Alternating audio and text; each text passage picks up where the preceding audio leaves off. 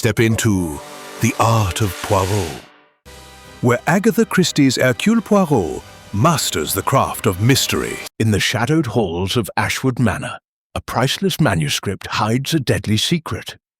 A single candle flickers, a clock stops at 11:47, and Sir Reginald Ashwood lies dead, struck down by a bronze statue. Was it greed, betrayal, or a buried truth from the past? As whispers of a mysterious woman echo through the night, Hercule Poirot steps into a web of lies, where every guest hides a motive, and a cryptic quarter-moon symbol holds the key to a shocking murder. Can you unravel the riddle before Poirot's little grey cells reveal the truth? Chapter 1. The Gathering at Ashwood Manor. The late autumn sun cast a golden pallor over Ashwood Manor, a sprawling Georgian estate nestled in the heart of the Wiltshire countryside. Its ivy-clad walls and towering chimneys stood resolute against the encroaching dusk, as though the house itself guarded secrets within its elegant facade. The air was crisp, carrying the faint scent of damp earth and wood smoke, and the gravel drive crunched under the wheels of a sleek Rolls-Royce as it delivered its final guest to the weekend gathering. Captain Arthur Hastings, ever the loyal friend and chronicler of Hercule Poirot's exploits, stepped out of the motor car, adjusting his scarf against the evening chill. He had been invited to Ashwood Manor by its owner, Sir Reginald Ashwood, a retired industrialist with a reputation for both generosity and a peculiar obsession with rare antiquarian books. The invitation, penned in Sir Reginald's meticulous hand, had promised a weekend of intellectual discourse and fine company, though Hastings suspected there was more to the summons than mere conviviality. As he ascended the stone steps to the grand oak doors, Hastings took in the scene. The manor's windows glowed with the promise of warmth, but there was an undercurrent of unease, a tension that seemed to linger in the shadows of the perfectly manicured hedges. The butler, a gaunt man named Grayson, with eyes that darted too quickly, ushered him inside with a bow. "Captain Hastings, sir." "The others are in the drawing-room. May I take your coat?" Hastings handed over his overcoat, noting the butler's trembling hands. "Thank you, Grayson. Quite a fine house, isn't it?" "Indeed, sir," Grayson replied, his voice clipped. "Sir Reginald spares no expense." The drawing-room was a vision of opulence. Crimson velvet drapes, a roaring fire in a marble hearth, and shelves lined with leather-bound tomes that gleamed under the chandelier's light. The guests, a carefully curated assembly, stood in clusters, their polite laughter masking the subtle appraisals they cast upon one another. Sir Reginald Ashwood, a portly man in his late 60s with a shock of white hair and a booming voice, held court near the fireplace. "Hastings, my dear fellow," he called, raising a glass of sherry. "Come, join us.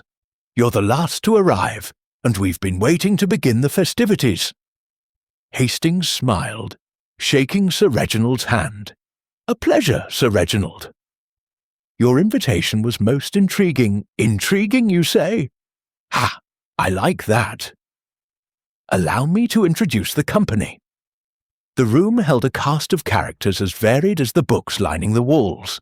First was Lady Eleanor Ashwood, Sir Reginald's second wife, a strikingly beautiful woman in her early 40s, with sharp green eyes and a smile that seemed to conceal more than it revealed.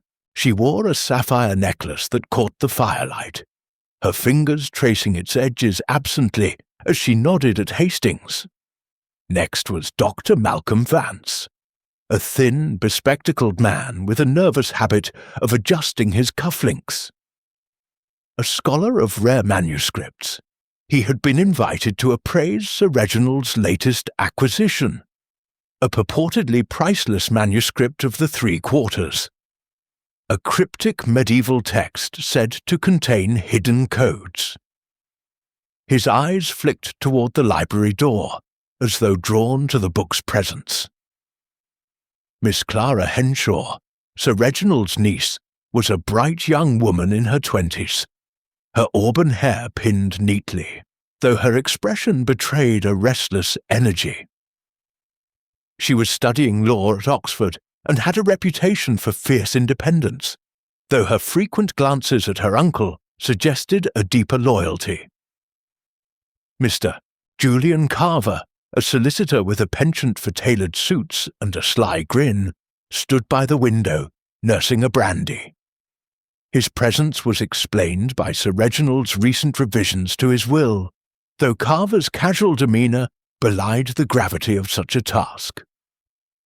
Finally, there was Mrs. Beatrice Langley, a widow of considerable wealth and Sir Reginald's oldest friend.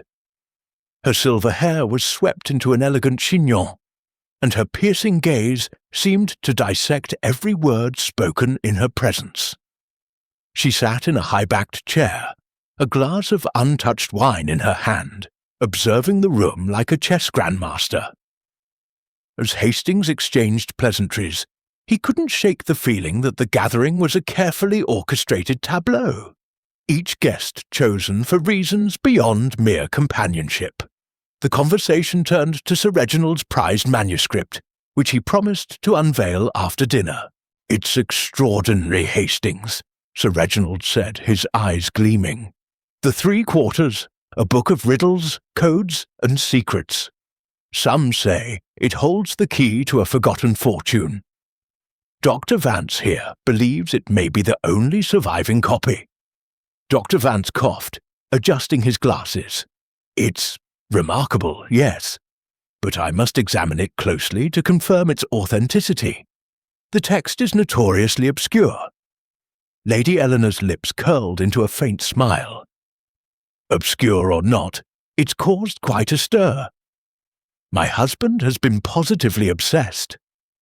Clara laughed, though it sounded forced.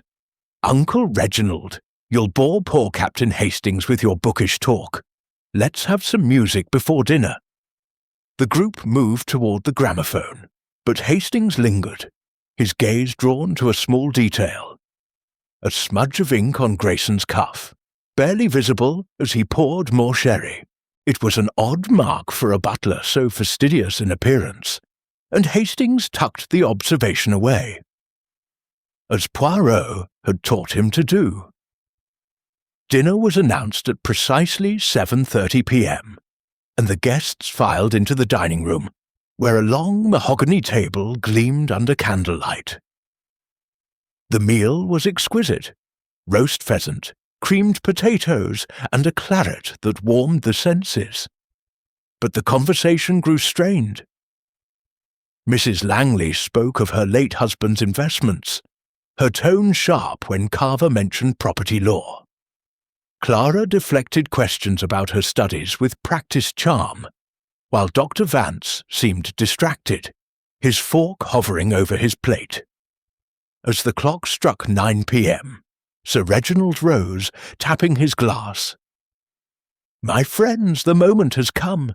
Let us adjourn to the library, to view the Three Quarters. I assure you, it's a sight worth seeing." The library was a cavernous room, its walls lined with bookshelves that stretched to the ceiling. A glass case stood in the centre, illuminated by a single lamp. Inside lay the manuscript, its vellum pages yellowed but intact, the title etched in faded gold, "The Three Quarters." Sir Reginald's voice trembled with excitement. "This, my friends, is a treasure beyond price. Tomorrow, Dr. Vance will begin his appraisal, but tonight we marvel."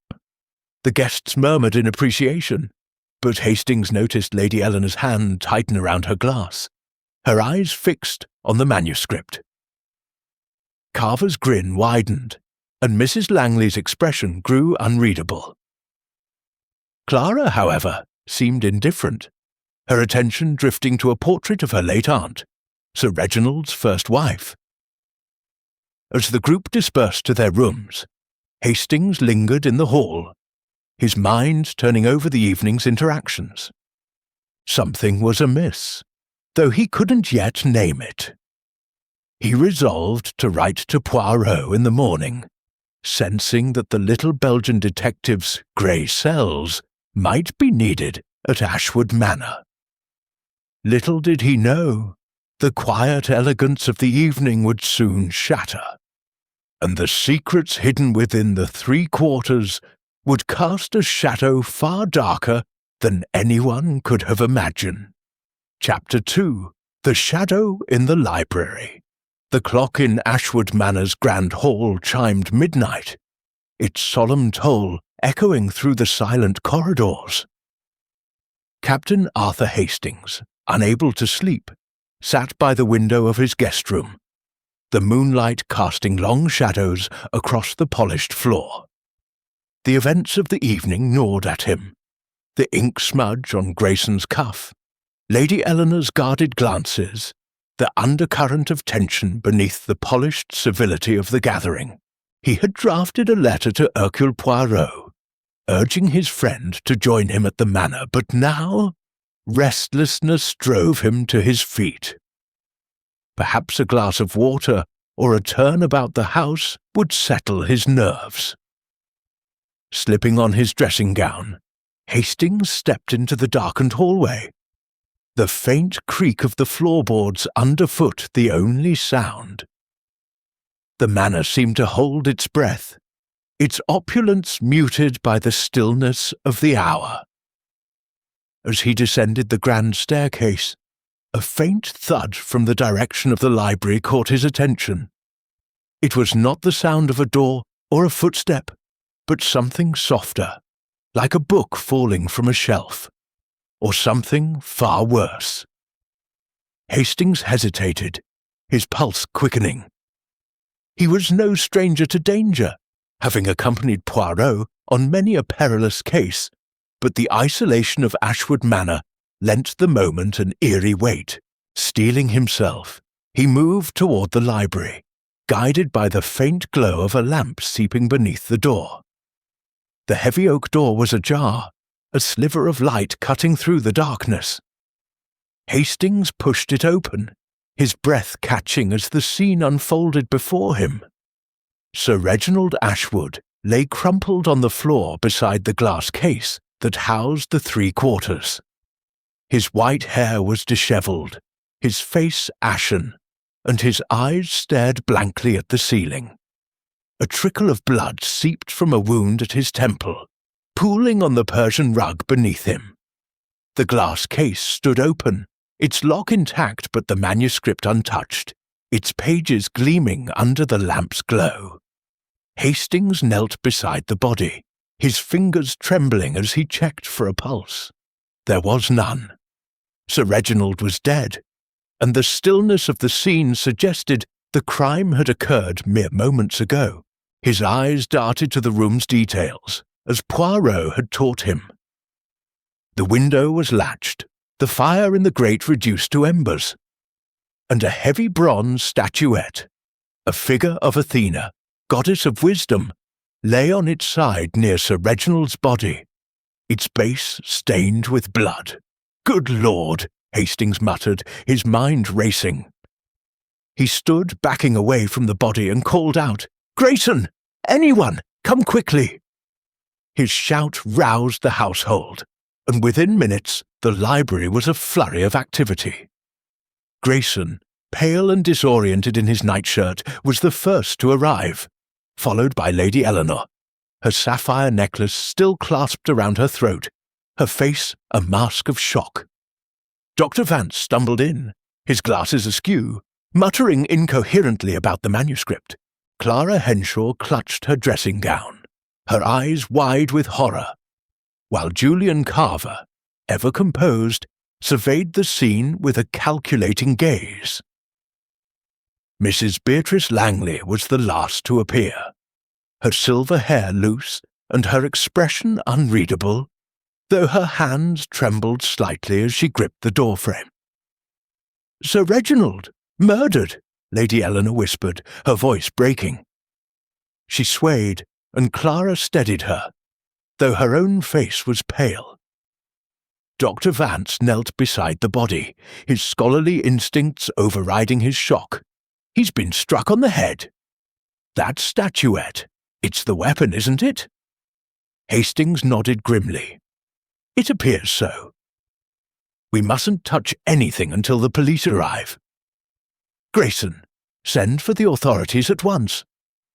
The butler nodded, his earlier nervousness replaced by a mechanical efficiency, and he hurried from the room. Hastings took charge, ushering the guests back to the drawing room to avoid contaminating the scene.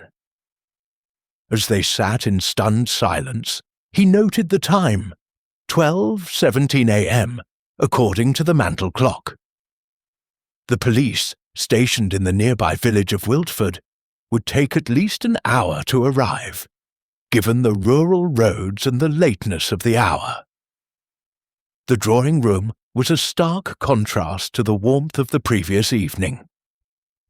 The fire had died, and the chandelier's light cast harsh shadows on the faces of the assembled guests. Lady Eleanor sat rigidly, her hands clasped in her lap, her eyes fixed on a point in the distance. Clara paced, her earlier composure fraying, while Dr. Vance muttered about the manuscript, as though its safety were his chief concern. Carver leaned against the mantel, his brandy glass untouched, his gaze flickering between the others. Mrs. Langley, seated in her high-backed chair, observed the room with the same piercing intensity as before, though her lips were pressed into a thin line. Hastings cleared his throat, his military training lending him authority. "Until the police arrive, we must remain calm. Can anyone account for their movements this evening? It may help to establish what happened." The question hung in the air, met with uneasy glances. Lady Eleanor spoke first, her voice steady despite her pallor. "I retired to my room at 10. I was reading. I heard nothing until Captain Hastings's shout." Clara nodded. "I was in my room as well, writing letters." I didn't hear anything either." Dr. Vance adjusted his cufflinks, a nervous tick. "I was reviewing my notes on the 3 quarters in my room. I couldn't sleep, too excited about the manuscript. I heard no disturbance. Carver's grin was faint, almost mocking. I was in the billiard room until 11:30, practicing my shots. Then I went to bed. The house was quiet. Mrs. Langley's voice was low, deliberate. I took a sleeping draught at 10 and was in my room. I heard nothing until the commotion. Hastings noted each statement, his mind cataloguing the alibis. All claimed to have been in their rooms, yet Sir Reginald had been struck down in the library, and the murder weapon, a statuette from the very room, suggested the killer was someone familiar with the manor. His eyes fell on the ink smudge he had noticed on Grayson's cuff earlier that evening. The butler had returned, standing silently by the door, his face impassive. Could it be relevant? Poirot would know, Hastings thought, regretting that his friend was not yet here. As the clock ticked toward 1 a.m., the sound of tires on gravel announced the arrival of Inspector Warren, a stout man with a bristling moustache and a no-nonsense demeanour. He was accompanied by a young constable, who began taking photographs of the scene while Warren questioned the guests. His inquiries were blunt, focusing on Sir Reginald's wealth and the manuscript's value. But Hastings sensed the inspector was out of his depth. This was no simple robbery gone wrong. The locked case, the untouched manuscript, and the choice of weapon pointed to a deeper motive. As the household dispersed to their rooms under the constable's watch, Hastings slipped away to the telephone in the hall. He dialed Poirot's London flat, his voice urgent as he spoke to the sleepy voice on the other end. "Poirot, it's Hastings. You must come to Ashwood Manor at once. Sir Reginald Ashwood is dead, murdered. I need your little grey cells." There was a pause. Then Poirot's voice, calm and precise, cut through the line. "Mon ami, I shall be there by morning. Preserve the scene and observe everything. Hercule Poirot does not fail his friends." As Hastings hung up, the weight of the night settled over him. The library with its blood-stained rug and cryptic manuscript held the key to the mystery, and somewhere among the guests, or perhaps closer still, lurked a murderer whose motives were as obscure as the riddles of the Three Quarters. Chapter 3. The Arrival of Hercule Poirot. The morning sun struggled through a veil of grey clouds, casting a pallid light over Ashwood Manor. The events of the previous night had left the household in a state of uneasy quiet, the grandeur of the estate now overshadowed by the grim reality of Sir Reginald Ashwood's murder. Captain Arthur Hastings stood at the drawing-room window, watching the gravel drive for the telltale dust of an approaching motor car. His letter to Hercule Poirot, followed by the urgent telephone call, had ensured the detective's swift response, and Hastings felt a flicker of relief at the thought of his friend's arrival. At precisely 9:47 a.m., a sleek black taxi rolled to a stop before the manor's steps. Out stepped Hercule Poirot, his diminutive figure immaculate in a tailored overcoat, his patent leather shoes gleaming despite the muddy drive. His moustache, perfectly waxed, twitched as he surveyed the house with sharp, appraising eyes. He carried a small valise, and his gloved hand adjusted his hat with a gesture that was both fastidious and deliberate. "Hastings, mon ami!" Poirot called, his voice carrying a warmth that belied the gravity of the occasion. He ascended the steps with a briskness that defied his age, his green eyes sparkling with curiosity. "You have summoned me to a most intriguing affair, have you not?" Hastings clasped his friend's hand, relief flooding him. "Poirot, thank heaven you're here." "It's a ghastly business. Sir Reginald Ashwood, murdered in his library last night.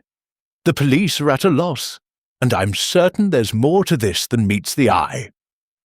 Poirot's eyes narrowed, his head tilting slightly. "Miss Wee, Hastings, there is always more. The eye, it sees only the surface, but the little grey cells, they probe the depths. Tell me everything, but first, let us see this scene of the crime." The library remained as Hastings had left it, cordoned off by Inspector Warren's orders. The constable stood guard at the door, but upon recognizing Poirot, whose reputation preceded him, he stepped aside with a deferential nod. The room was unchanged. Sir Reginald's body had been removed to the village morgue, but the blood-stained rug and the bronze statuette of Athena remained. The latter now marked with a chalk outline where it had fallen. The glass case housing the Three Quarters stood open, its manuscript untouched, a silent witness to the violence. Poirot moved with the precision of a watchmaker, his eyes darting from the rug to the statuette, then to the case. He knelt, examining the bloodstain with a magnifying glass he produced from his valise. "The blow was struck with force, Hastings," he murmured. "The statuette is heavy, no? A single strike, delivered with intent. And yet, the manuscript remains. Curious, is it not?" Hastings nodded. "The case was locked when we saw it last night, Poirot." The key was in Sir Reginald's pocket, according to Inspector Warren. No sign of tampering. Poirot's moustache twitched. A locked case, an untouched treasure, and a murder weapon from within the room. This is no crime of opportunity, mon ami. This is a puzzle, and Hercule Poirot delights in puzzles. He rose, dusting his knees with a handkerchief, and turned his attention to the room's details. His gaze lingered on the bookshelves, the embers in the grate, and the window still latched as Hastings had noted. Inspector Warren entered, his moustache bristling with impatience. "Mr. Poirot, I presume? I'm told you're something of a detective." "Well, this is a straightforward case, if you ask me. Robbery gone wrong, likely a servant with sticky fingers. That butler, Grayson, he's shifty, ink on his cuff too, as Captain Hastings pointed out." Poirot's smile was polite but cool. "Monsieur l'inspecteur, you are quick to judge, but Hercule Poirot does not leap to conclusions. The ink, it is interesting, oui, but it is not the whole story. Tell me, what do you know of the manuscript, the 3 quarters? Warren shrugged. "Valuable, according to Dr. Vance. Worth a fortune to collectors. But it's still here, so the thief must have been interrupted." Poirot's eyes gleamed. "Or perhaps, Inspector, the manuscript was never the target. Let us meet these guests of whom Hastings has spoken. The truth, it lies in their words, their gestures, their secrets." The drawing-room was a tableau of strange civility as Poirot entered, Hastings at his side. The guests summoned by Grayson sat in a semicircle, their faces a mix of grief, suspicion, and curiosity. Lady Eleanor, pale but composed, clutched a lace handkerchief. Clara Henshaw sat stiffly, her hands folded in her lap, while Dr. Vance fidgeted with his cufflinks, his eyes darting to Poirot. Julian Carver leaned casually against the mantel, his grin subdued but present, and Mrs. Beatrice Langley observed from her high-backed chair, her gaze as piercing as ever. Poirot bowed slightly, his manner impeccable. "Mesdames et messieurs, I am Hercule Poirot, and I have been asked to assist in this most tragic affair. Sir Reginald Ashwood, a man of refinement and intellect, has been taken from us. I seek only the truth, and I ask for your cooperation. Tell me, if you please, who last saw Sir Reginald alive?" A heavy silence followed. Clara spoke first, her voice steady but soft. "It must have been at dinner, Monsieur Poirot. We all left the library together after viewing the manuscript, around 9:30 p.m. Uncle Reginald said he would lock the case and join us for coffee, but he never did." Lady Eleanor nodded. "I assumed he stayed to admire his precious book. He was obsessed with it." Dr. Vance cleared his throat. "I saw him linger by the case as we left. He was turning the key, I believe. I retired shortly after Carver's voice was smooth, almost too casual. I was in the billiard room until 11:30. Didn't see him after the library. Mrs. Langley's tone was measured. I saw nothing after we left the library. I took my sleeping draught and retired." Poirot's eyes moved from one face to another, his expression unreadable. "And the butler, Grayson?" "Where is he now?" Grayson stepped forward from the doorway, his face pale but composed. "I was in my quarters, sir, after clearing the dining room. I heard nothing until Captain Hastings's shout." Poirot's gaze lingered on the butler's cuff, where the ink smudge remained. "Merci, Grayson. And this ink, how did it come to be on your cuff?" Grayson hesitated, his eyes flickering. I must have brushed against the desk in the study, sir. I handle Sir Reginald's correspondence at times." Poirot nodded, his smile enigmatic. "Very well. I shall examine the library further. And I ask that no one leave the manor until we have spoken again. The truth, it is like a delicate thread. and we must not break it." As the guests dispersed, Hastings leaned close to Poirot. "What do you make of it, old chap?" "The alibis are tight, and that manuscript. Why leave it behind?" Poirot's eyes twinkled. "Patience, Hastings. The manuscript, it is a riddle, but not the only one. The statuette, the locked case, the ink, these are the notes of a symphony, and Hercule Poirot shall conduct it to its crescendo. Come, let us return to the library. There is much to see." As they stepped back into the library, Poirot's gaze fell on a small detail Hastings had overlooked. A single page of the manuscript, slightly askew, as though it had been touched. The detective's fingers hovered over it, his mind already weaving the threads of a mystery that promised to be as intricate as the codes of the Three Quarters itself. Chapter 4. The Questions Begin.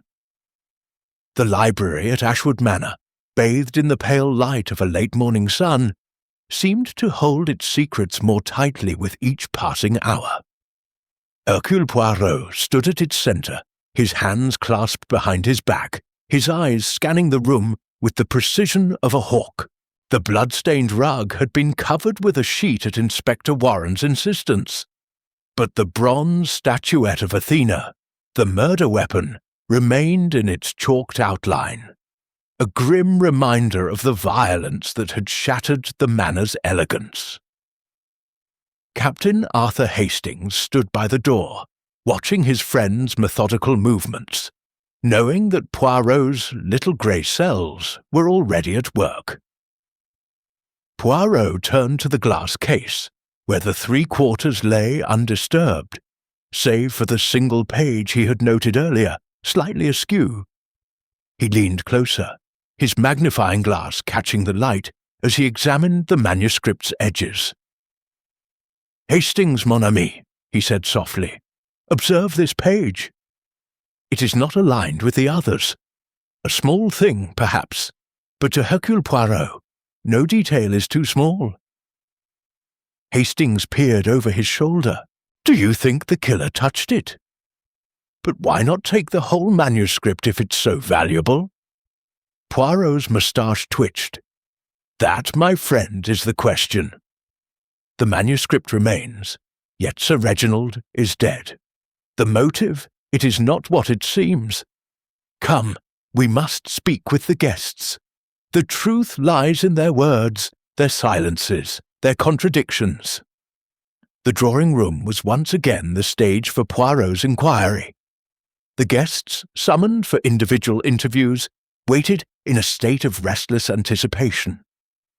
Inspector Warren, though sceptical of Poirot's methods, had grudgingly agreed to let the detective take the lead, provided he shared his findings. The constable stood by the door, notebook in hand, while Grayson hovered nearby, his face impassive, but his hands betraying a faint tremble. Poirot began with Lady Eleanor Ashwood, who sat with her sapphire necklace glinting in the morning light. Her posture was erect, her expression composed, but her fingers twisted the lace handkerchief in her lap. "Madame," Poirot said, his voice smooth as velvet, "you were the last to see Sir Reginald in the library, were you not? Tell me, if you please, of your final moments with your husband." Lady Eleanor's green eyes met Poirot's, unwavering. "I left the library with the others at 9:30, Monsieur Poirot. Reginald was locking the case. He said he would join us for coffee, but he often lingered over his books. I retired to my room and read until I heard Captain Hastings's cry. Poirot nodded, his gaze lingering on her necklace. This sapphire! It is magnificent! A gift from Sir Reginald, perhaps?" Her hand touched the jewels, a fleeting gesture. "Yes, for our first anniversary. He was generous, oui, but perhaps not always attentive."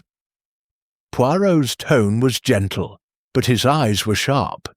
A man so devoted to his books, he may neglect other matters of the heart, no? Lady Eleanor's lips tightened. Reginald was devoted to his passions. I accepted that Poirot inclined his head, dismissing her with a polite smile. Next came Dr. Malcolm Vance, whose nervous energy filled the room as he adjusted his cufflinks repeatedly. "Dr. Vance," Poirot began, "you are an expert in rare manuscripts. Tell me of this Three Quarters. Why does it fascinate Sir Reginald so?" Vance's eyes lit up, though his hands betrayed his unease. "It's a singular work, Monsieur Poirot. A medieval text, filled with cryptic riddles and ciphers. Some believe it conceals the location of a lost treasure, gold, jewels, perhaps even a map. Sir Reginald acquired it at great expense, and I was to authenticate it today." "And its value?" Poirot asked, his tone casual. "Priceless to the right collector. Hundreds of thousands, perhaps more." Poirot's eyes narrowed. "Yet it remains untouched. Curious, no? Did you see Sir Reginald after the library viewing?" Vance shook his head. "No, I went to my room to review my notes. I was too excited to sleep." Poirot dismissed him and turned to Clara Henshaw, whose auburn hair was pinned more haphazardly than the previous evening. Her eyes, bright with intelligence, met Poirot's with a mix of defiance and grief. "Mademoiselle Clara," he said, "you are Sir Reginald's niece, oui?" "Close to him, perhaps?" Clara nodded, her voice steady. "He was like a father to me. My parents died when I was young, and Uncle Reginald took me in. He supported my studies, my ambitions, and yet," Poirot said, his voice soft, "you seemed distant last night when the manuscript was shown. Not so interested in his treasure, perhaps?" Clara's cheeks flushed. "I'm no scholar, Monsieur Poirot. Books don't hold the same allure for me. I was distracted, thinking of my aunt, his first wife. Her portrait in the library, it always unsettles me." Poirot's gaze softened. "A memory of loss, oui. And where were you after the library?" "In my room, writing letters. I heard nothing until Captain Hastings called out. Next was Julian Carver, the solicitor, whose easy grin seemed at odds with the gravity of the moment. He lounged in his chair, one leg crossed over the other as Poirot began. "Monsieur Carver, you are here to revise Sir Reginald's will, no? A delicate task, perhaps, with many interests at stake." Carver's grin widened. "Just business, Monsieur Poirot. Sir Reginald wanted to update his estate plans. Nothing unusual, and the contents of this will?" Poirot pressed. Carver's eyes flickered. "Confidential, I'm afraid. But I assure you, it's all in order. I was in the billiard room until 11:30. Then Poirot's smile was enigmatic. A man who plays billiards alone, late at night. Most interesting. Finally, Mrs. Beatrice Langley entered, her silver hair swept into a chignon, her gaze as piercing as ever. "Madame Langley," Poirot said, "you were Sir Reginald's oldest friend. You knew him better than most, no? Tell me, was he troubled in recent days?" Mrs. Langley's lips pursed. "Reginald was always troubled by something, his books, his legacy. Lately, he spoke of enemies, collectors who coveted his manuscript. But he was not a man to show fear." "And your movements last night?" Poirot asked. "I took a sleeping draught at 10 and retired." I heard nothing until the commotion. Poirot thanked her, his expression unreadable. As she left, he turned to Grayson, who had lingered silently. "Monsieur Grayson, the ink on your cuff, it is still there. You say it came from the study?" Grayson nodded, his voice tight. "Yes, sir. I was sorting Sir Reginald's papers earlier in the day." Poirot's eyes gleamed. And these papers, they were important, perhaps? Just correspondence, sir. Nothing unusual. As Grayson withdrew, Poirot turned to Hastings, his voice low. Each one tells a story, Hastings, but not the whole truth. The alibis, they are too neat, too perfect. And this ink, it is a thread we must follow. Inspector Warren, who had been listening, snorted. You're chasing shadows, Poirot. The butler's our man. Ink on his cuff, access to the library, motives probably money. Poirot's smile was patient. Shadows, Inspector, are where the truth hides. Let us examine the study, where this ink was born. And then perhaps the manuscript will speak. As they moved toward the study, Hastings felt a familiar thrill. Poirot's questions had stirred the waters, and beneath the surface, the currents of deception were beginning to swirl. The mystery of the 3 quarters was deepening, and Poirot's methodical mind was already piecing together the puzzle. Chapter 5. The Red Herrings. The study at Ashwood Manor was a smaller, more intimate room than the library. Its walls lined with oak panels, and a single window overlooking the frost-kissed gardens. A heavy desk dominated the space, its surface cluttered with papers, an inkwell, and a silver pen that gleamed in the midday light. Hercule Poirot stood before it, his gloved hands hovering over the scattered documents, his eyes sharp as he examined the scene. Captain Arthur Hastings stood nearby, watching his friend's meticulous process, while Inspector Warren lingered by the door, his impatience palpable. "Mon ami," Poirot said, his voice low, "this inkwell, it is the source of our butler's smudge, no? But observe, the ink is dry, the pen clean. If Grayson sorted papers here yesterday, as he claims, why is there no fresh ink?" Hastings frowned, peering at the desk. "You're right, Poirot. The inkwell's been dry for some time. Could Grayson have lied about his tasks?" Poirot's moustache twitched. "Lied, or perhaps omitted. The truth, it is like a mosaic. Each piece must fit perfectly. Let us see what these papers reveal." He sifted through the documents with care, his fingers deft. Most were mundane. Bills, invitations, a letter from a book dealer in London. But one sheet caught his eye.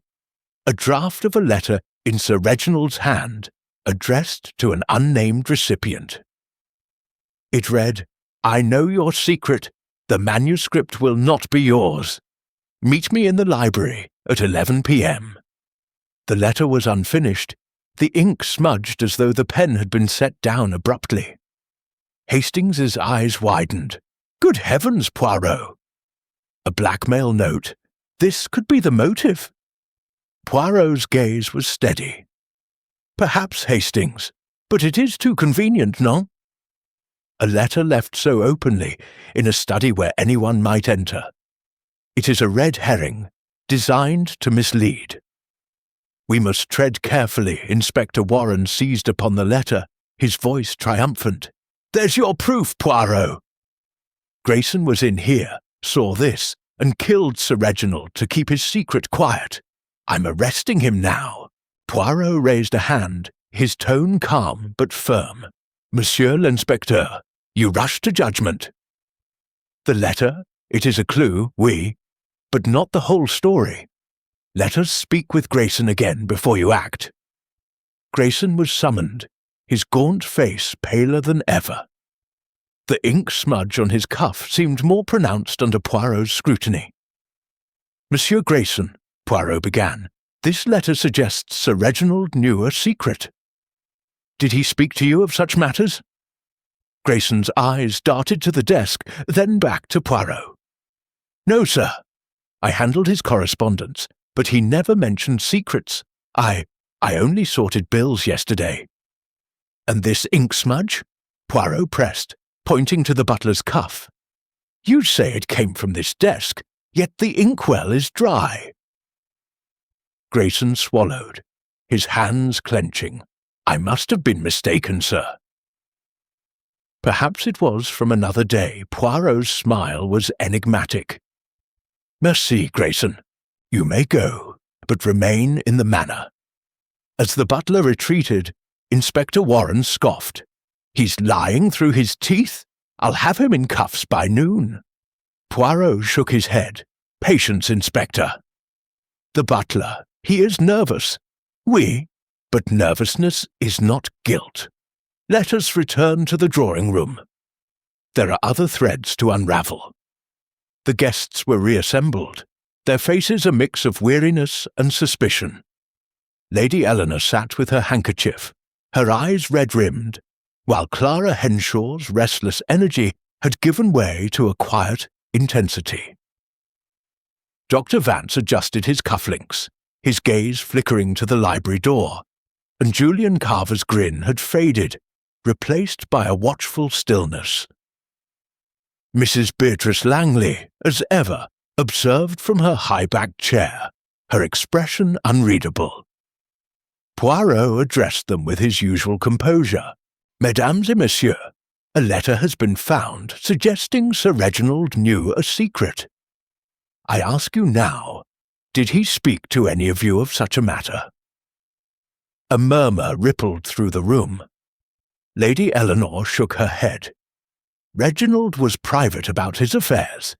He never mentioned secrets to me." Clara's voice was sharp. "If he knew something, he didn't tell me."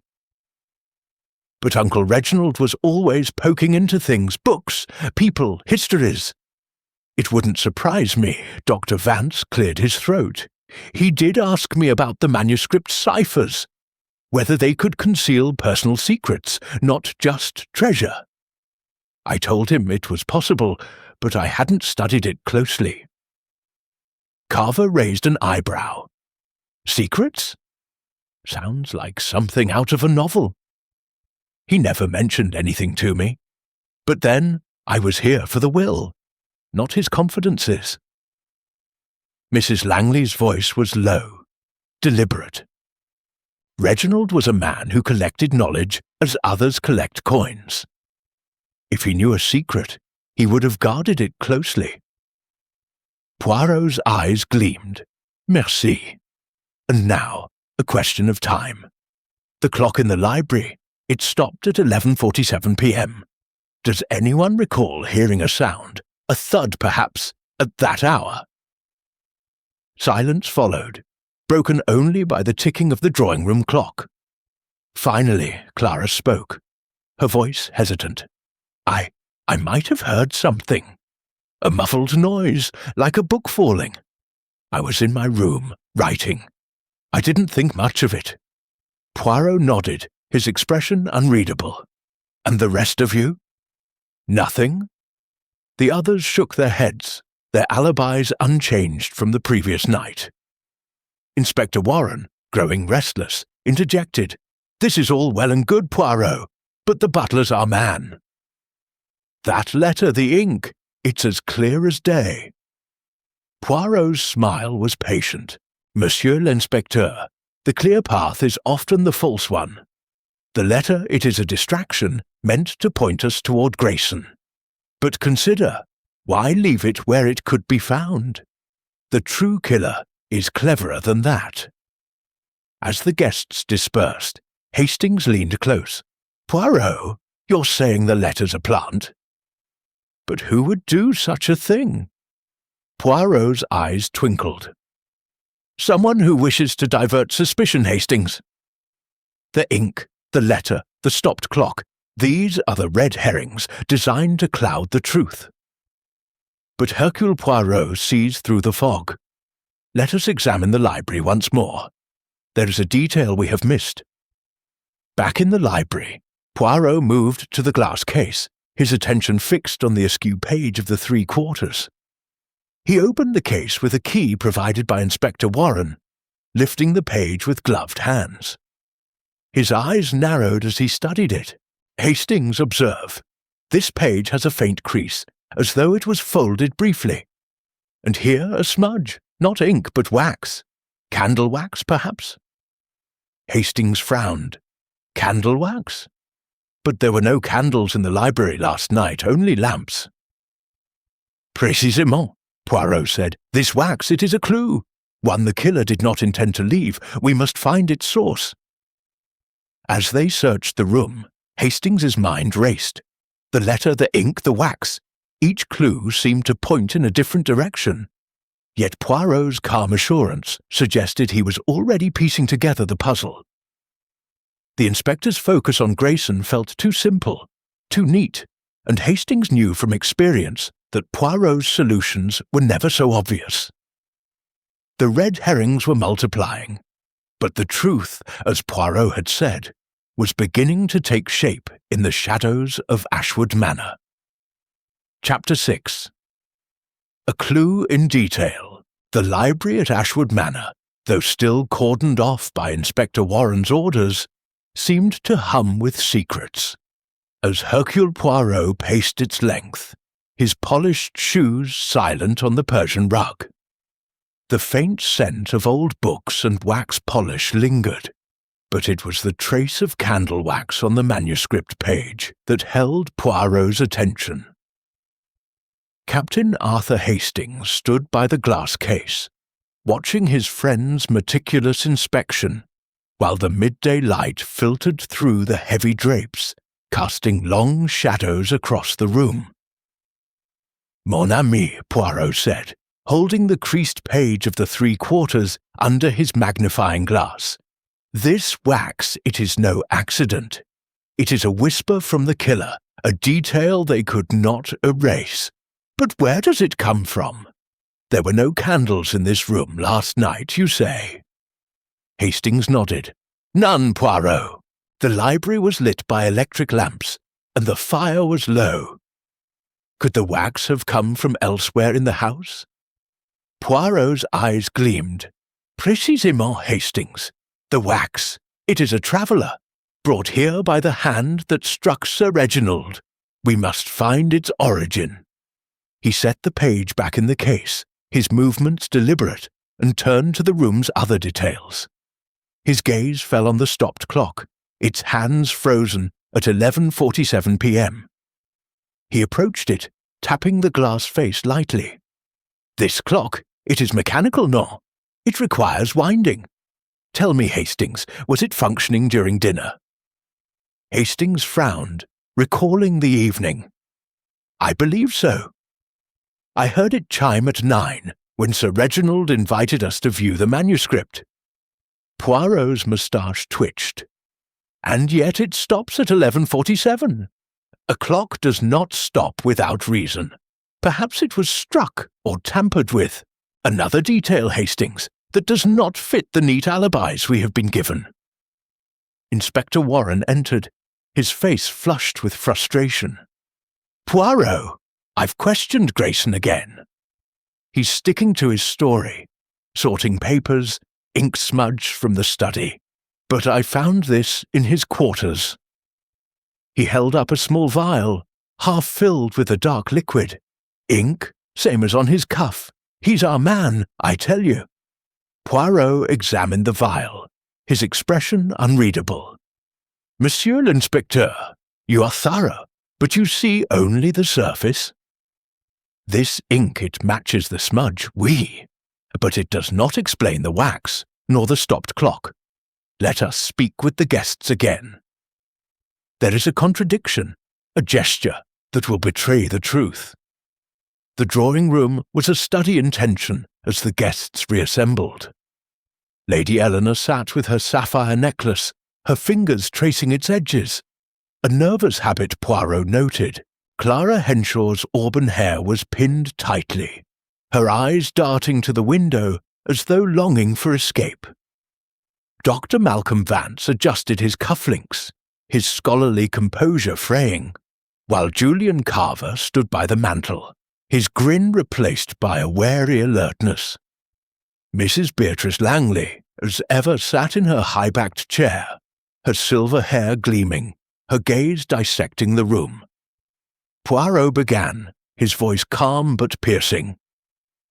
Mesdames et messieurs, A new detail has emerged. A trace of candle wax was found on the manuscript, yet no candles were lit in the library. Can anyone explain this? A ripple of unease passed through the group. Lady Eleanor spoke first, her voice steady. "I use candles in my room, Monsieur Poirot, but I was reading by lamplight last night. I didn't leave my quarters." Clara's eyes widened. "Candles? There are some in the guest rooms, but I didn't light any. I was writing by the electric light." Dr. Vance cleared his throat. "I had a candle in my room, but I didn't use it. My notes were under a lamp." Carver shrugged. "No candles for me. I prefer the billiard room's lights. Brighter for a good shot." Mrs. Langley's voice was low. "I lit a candle briefly to find my sleeping draught, but I extinguished it before 10 and retired." Poirot's gaze lingered on each face, searching for a telltale flicker. "Merci. And the clock in the library stopped at 11:47 p.m. Did anyone hear it chime after 9? Silence followed, broken by Clara's hesitant voice. "I told you, I heard a thud around that time, but I thought it was a book falling." "I didn't notice the clock." Poirot nodded, his eyes narrowing. "A thud, mademoiselle, is not a chime. Let us consider another detail. The statuette of Athena, used to strike Sir Reginald. It is heavy, but not unwieldy. Could a woman wield it as easily as a man?" Lady Eleanor's hand tightened on her handkerchief. "Are you suggesting one of us—" Her voice trailed off, her eyes flashing with indignation. Poirot's smile was disarming. "I suggest nothing, madame. I observe. The statuette requires strength, but also opportunity. The library was locked after 9:30, yet the key was found in Sir Reginald's pocket. How then did the killer enter?" Dr. Vance adjusted his glasses. "Perhaps Sir Reginald let them in. He was expecting someone, if that letter you found is true." Poirot's eyes gleamed. "A fine theory, Doctor." "But the letter, it is too obvious, no? A trap to mislead. The wax, the clock, these are the true clues." As the guests dispersed, Inspector Warren pulled Poirot aside. "You're making this too complicated, Poirot." Grayson had the ink, the opportunity. "I'm bringing him in for questioning." At the station, Poirot's voice was firm. "Monsieur l'inspecteur, you will find no answers in haste. The wax, it is the key. Let us search the guest rooms. The source of the wax will lead us closer to the truth." With Hastings in tow, Poirot began a discreet inspection of the Manor's guest quarters, starting with Lady Eleanor's room. A silver candlestick stood on her bedside table, but its wick was clean, the wax unmarred. Clara's room held a similar candlestick, equally untouched. Dr. Vance's room revealed a candle, but its wax was white, not the pale yellow found on the manuscript. Carver's room had no candles as he had claimed, and Mrs. Langley's held a single candlestick with a faint trace of yellow wax, though the candle itself was missing. Poirot paused, his fingers brushing the candlestick's base. "Hastings, this is most interesting. The wax matches, but the candle is gone. Why remove it, unless to hide its use?" Hastings's eyes widened. "Mrs. Langley? But she said she was asleep by 10. Poirot's smile was enigmatic. "She says many things, mon ami, but the wax, it does not lie. We must watch her closely, and the clock, its stopped hands tell a story we have yet to hear." As they returned to the drawing-room, Hastings felt the weight of the mystery deepen. The wax, the clock, the letter, each clue pointed in a different direction. Yet Poirot's calm assurance suggested he was closing in on the truth. The red herrings had distracted Inspector Warren, but Poirot's focus on the smallest details was beginning to unravel the intricate web of deception at Ashwood Manor. Chapter 7. More lies surface. The afternoon light filtered through the tall windows of Ashwood Manor, casting a muted glow over the drawing room where the guests sat in uneasy silence. The air was thick with suspicion, each glance between them charged with unspoken accusations. Hercule Poirot stood near the fireplace, his hands clasped behind his back, his green eyes scanning the assembly with the precision of a metronome. Captain Arthur Hastings, seated nearby, felt the tension coiling tighter, sensing that Poirot's methodical probing was beginning to chip away at the carefully constructed facades of the manor's inhabitants. Poirot's voice broke the silence, smooth and deliberate. Mesdames et messieurs, the puzzle of Sir Reginald Ashwood's death grows more intricate. The candle wax, the stopped clock, the letter, these are not mere details, but threads in a tapestry of deception. I ask you now to consider, what did Sir Reginald know that made him a target? Lady Eleanor Ashwood, her sapphire necklace catching the light, shifted in her seat. Monsieur Poirot, I've told you, Reginald kept his own counsel. If he had enemies, he did not share them with me. Poirot's gaze lingered on her.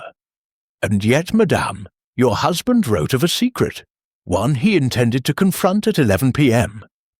Did he speak of any meetings, any concerns? Her fingers tightened around her handkerchief. No. He was consumed with that manuscript. It was his obsession, Clara Henshaw. Her auburn hair slightly dishevelled, spoke up, her voice sharp. Uncle Reginald was always digging into things, old books, old grudges. If he knew a secret, it was probably about that wretched 3 quarters. He thought it held some grand truth. Poirot turned to her, his expression unreadable. Mademoiselle Clara, you speak of grudges. Were there those who resented your uncle? Perhaps over his wealth, his will? Clara's eyes flickered to Julian Carver, then away. He had rivals, collectors who wanted his books. And, well, his will was being revised. That always stirs things up, Carver, leaning against the mantel, raised an eyebrow. Careful, Clara. You're treading close to slander. I was here to update the will, yes, but Sir Reginald's decisions were his own. I merely drafted them. Poirot's moustache twitched. Monsieur Carver, you are a solicitor, oui? You know the value of precision. Tell me, were there changes in the will that might have caused discontent? Carver's grin was tight. Client confidentiality, Monsieur Poirot, but I'll say this. Sir Reginald was generous but not foolish. His heirs knew their place. Miss Beatrice Langley, seated in her high-backed chair, spoke in a low, measured tone. Reginald was no saint, Monsieur Poirot. He could be ruthless in his pursuits. Books, business, even friendships. If he uncovered a secret, he would not hesitate to use it. Poirot's eyes gleamed. Merci, Madame Langley. And you, as his oldest friend, would know his nature well. Did he ever speak of betrayal? Her gaze met his, unflinching. Betrayal is a strong word. But he was wary of those close to him. He once said trust is a luxury he could not afford. Dr. Malcolm Vance, fidgeting with his cufflinks, cleared his throat. If I may, Monsieur Poirot, the manuscript itself might hold the key. The 3 quarters is rumoured to contain ciphers, secrets that could ruin reputations if decoded. Perhaps Sir Reginald found something. Poirot nodded, his attention shifting to the butler Grayson, who stood silently by the door. Monsieur Grayson, you served Sir Reginald faithfully, no? Did you ever overhear talk of these ciphers, or of threats? Grayson's face remained impassive, though his hands trembled slightly. No, sir. I manage the household, not his private affairs. He spoke little of the manuscript to me. Poirot's smile was enigmatic. And yet, the ink on your cuff suggests you handled his papers. Perhaps you saw more than you say." Grayson stiffened. "I've told you, sir, it was from sorting bills in the study." Nothing more. Before Poirot could press further, a sudden commotion interrupted. Clara stood abruptly, her face pale. "I can't stand this any longer. Monsieur Poirot, I didn't tell the whole truth. Last night, before the thud I heard, I saw someone in the hall near the library. It was dark, but I'm certain it was a woman." The room erupted in murmurs. Lady Eleanor's eyes widened. "Clara, what are you saying?" "You saw someone?" Clara nodded, her voice trembling. "I couldn't see her face, but she was moving quickly toward the library. I thought it was nothing, maybe Lady Eleanor checking on Uncle Reginald, but now—" Lady Eleanor's hand flew to her necklace. "Me!" "Clara, I was in my room. How dare you suggest—" Poirot raised a hand, silencing the room. "Mademoiselle Clara, this is most interesting." "You saw a woman, but not her face. At what time was this?" Clara hesitated. "Just before the thud, perhaps 11:45 p.m. I was in my room, but I'd stepped into the hall to fetch a glass of water." Mrs. Langley's voice was sharp. "Clara, you should have spoken sooner. This is no game." Poirot's gaze moved from Clara to Lady Eleanor, then to Mrs. Langley. A woman in the hall, a stopped clock, a trace of wax. The pieces, they begin to align, non? But there is more to uncover. Madame Langley, your candlestick, it lacks its candle. Can you explain this?" Mrs. Langley's expression remained calm, but her fingers tightened on her chair. "I misplaced it, Monsieur Poirot. It must have been taken by a servant for cleaning." Poirot nodded, his eyes never leaving her. "Merci. And now I ask you all to remain in the manor. The truth, it is close, but it requires care to reveal." As the guests dispersed, Inspector Warren approached, his voice low. "Poirot, this woman in the hall, it points to Lady Eleanor or Mrs. Langley, and Grayson's still my bet. We should search their rooms again." Poirot's smile was patient. "Search, but look beyond the obvious, Inspector. The lies, they surface now. Clara's sighting, Mrs. Langley's missing candle. But there is a deeper motive, one tied to the heart of the Three Quarters." Hastings leaned close as they left the drawing-room. "Poirot, do you think Clara's telling the truth? Or is she deflecting suspicion?" Poirot's eyes twinkled. "Hastings, the truth is like a diamond, flawed but brilliant in its facets. Clara's revelation, it is a crack in the facade. We must return to the manuscript. Its secrets, they are not only of gold, but of the human heart." Back in the library, Poirot examined the manuscript once more, his fingers tracing the creased page with its faint wax smudge. He paused, his gaze falling on a small notation in the margin. A tiny, hand-drawn symbol, a quarter moon. "Hastings," he murmured, "this symbol, it is not part of the text. It is a message, hidden in plain sight. The manuscript it speaks, and we must listen." As the afternoon waned, the lies of Ashwood Manor began to unravel, each revelation pulling Poirot closer to the truth. The candle wax, the stopped clock, and now a cryptic symbol, all pointed to a motive far more personal than a stolen treasure. The killer, it seemed, was weaving a web of deception, but Poirot's little grey cells were already untangling its threads. Chapter 8. The Emotional Turning Point.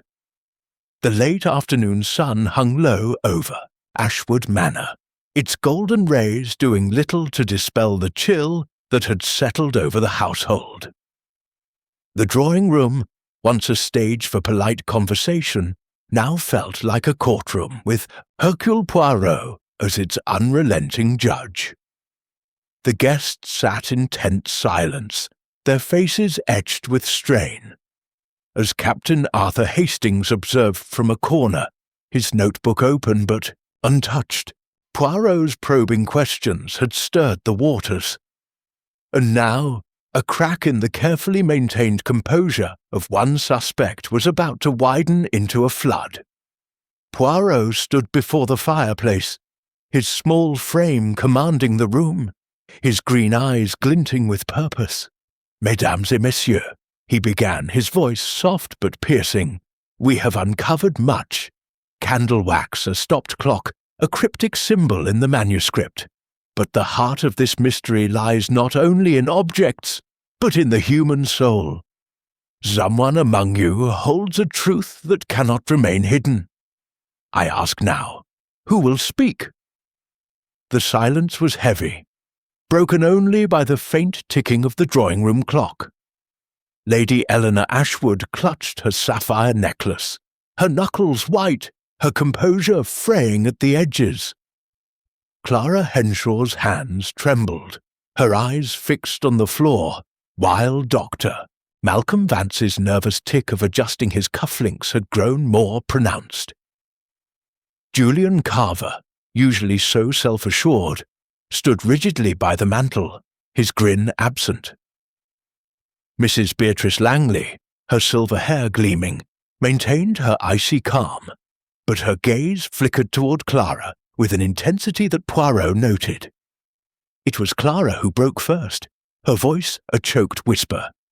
"Monsieur Poirot, I can't bear it any longer.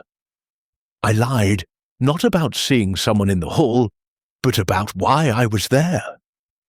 She rose, her auburn hair falling loose from its pins, her face pale. "I wasn't fetching water. I went to the library because I was worried about Uncle Reginald. He'd been acting strangely, secretive, even with me. I thought he might be in danger." The room erupted in murmurs. Lady Eleanor's eyes widened. "Clara, why didn't you say this before?" Clara's voice broke, tears welling. "Because I was afraid." When I reached the library door, I heard voices, Uncle Reginald's and another's. A woman's voice, sharp, angry. I couldn't make out the words, but it sounded like an argument. I hesitated, then heard the thud. I ran back to my room, terrified. I thought it was my fault for not stopping it. Poirot's gaze softened, but his tone remained steady. "Mademoiselle Clara, this is most significant." "You say a woman's voice? Can you describe it? Its tone, its cadence?" Clara shook her head, wiping her eyes. "It was low, urgent, not loud, but intense. I couldn't tell who it was. I swear I didn't see her face." Mrs. Langley's voice cut through the room, sharp as a blade. "Clara, you're letting your imagination run wild. Reginald was alone when we left the library. You must be mistaken." Clara turned to her, her voice rising. "I'm not mistaken." "I heard it, Mrs. Langley and I saw someone in the hall, dressed in dark clothing, moving quickly. I thought it might be you, or Lady Eleanor, but I was too frightened to follow." Lady Eleanor gasped, her hand flying to her chest. "Me? Clara, how could you think such a thing?" "I was in my room, grieving the distance between Reginald and me. I loved him, despite his obsessions." Poirot raised a hand, silencing the rising voices. "Mademoiselle Clara, you have shown courage in speaking. But let us be precise. The time, you said this was just before the thud, at 11:45 p.m. The clock stopped at 11:47. This argument, it was brief, non?" Clara nodded. "Yes, only a moment. Then the thud, and I fled." Poirot turned to the others, his eyes narrowing. A woman's voice, an argument, a thud, and yet all claimed to have been in their rooms. "Madame Langley, your candlestick lacks its candle. You say it was misplaced, but perhaps it was used that night." Mrs. Langley's lips tightened. "I've told you, Monsieur Poirot. I took a sleeping draught and retired." "I know nothing of candles or arguments," Dr. Vance spoke up, his voice unsteady. "Monsieur Poirot, could the manuscript itself be the cause?" Sir Reginald was convinced it held secrets, not just treasure, but personal ones. He asked me to decode a passage, but I hadn't finished before. His voice trailed off, his hands fidgeting. Poirot's gaze shifted to him. "And this passage, Doctor?" "What did it concern?" Vance hesitated. It was a cipher, a series of numbers and symbols. He thought it might reference a name or an event. I told him it would take days to unravel. Julian Carver's voice was dry. All this talk of ciphers and secrets sounds like Reginald was stirring up trouble, poking into things best left alone. Maybe someone didn't like it. Poirot's smile was enigmatic. "Monsieur Carver, you are perceptive. But the question remains, whose secret was so dangerous that it led to murder? The wax, the symbol, the stopped clock, these are not accidents. They are the fingerprints of intent. Inspector Warren, who had been listening with growing impatience, interjected. "Poirot, this is all very dramatic, but Grayson's still my man." "That ink, the letter, Clara's story doesn't change that." "I'm taking him to the station." Poirot's voice was calm but firm. "Monsieur l'inspecteur, you see the ink, but not the wax. The letter, it is a distraction. But the argument Mademoiselle Clara heard, it is the heart of the matter. We must search the manor again for the candle that left its mark." As the guests dispersed, their faces a mix of fear and suspicion, Hastings leaned close to Poirot. "Clara's confession changes everything, doesn't it? A woman in the hall, an argument, it points to Lady Eleanor or Mrs. Langley." Poirot's eyes twinkled. "Or perhaps, Hastings, it points to someone who wishes us to think so. The killer is clever, mon ami, but they cannot hide every trace. The quarter-moon symbol in the manuscript, it is no mere decoration. It is a clue to the motive, one we must decipher." Poirot led Hastings to the library, where the manuscript lay under its glass case. He opened it with the key, his gloved hands turning to the page with the quarter-moon symbol. "Hastings, this symbol, it is personal, not academic. It speaks of a cycle, a phase, perhaps a betrayal. We must learn its meaning." As they studied the page, a faint sound came from the hall, a soft creak, as though someone were listening. Poirot's head snapped up, his eyes sharp. "Hastings, quickly! Check the door!" Hastings moved swiftly, but the hall was empty, the shadows silent. Yet the sense of being watched lingered, and Poirot's expression grew grave. "The killer is close, mon ami. Clara's truth has stirred them, and they will act again if we do not move swiftly." The emotional weight of Clara's confession had shifted the investigation, exposing cracks in the alibis and hinting at deeper secrets. The quarter, moon, the wax, the argument, all were pieces of a puzzle that Poirot was determined to solve before the killer could cover their tracks once more. Chapter 9. The Trap. The evening shadows lengthened across Ashwood Manor, cloaking the drawing-room in a sombre twilight that mirrored the growing tension among its occupants. Hercule Poirot, his diminutive figure a beacon of calm authority, had summoned the guests once more, his intention clear, to set a trap that would force the killer's hand. Captain Arthur Hastings stood by the fireplace, his nerves taut, sensing that Poirot's methodical unravelling of the mystery was nearing a critical juncture.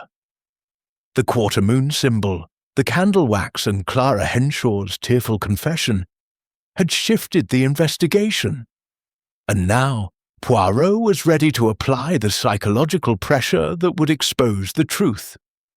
The guests filed in, their faces a mix of apprehension and defiance. Lady Eleanor Ashwood sat with her sapphire necklace glinting, her posture rigid, her eyes darting to Poirot with wary anticipation. Clara Henshaw, her auburn hair pinned tightly, seemed drained from her earlier outburst, her hands clasped in her lap. Doctor, Malcolm Vance adjusted his cufflinks incessantly, his scholarly composure barely intact.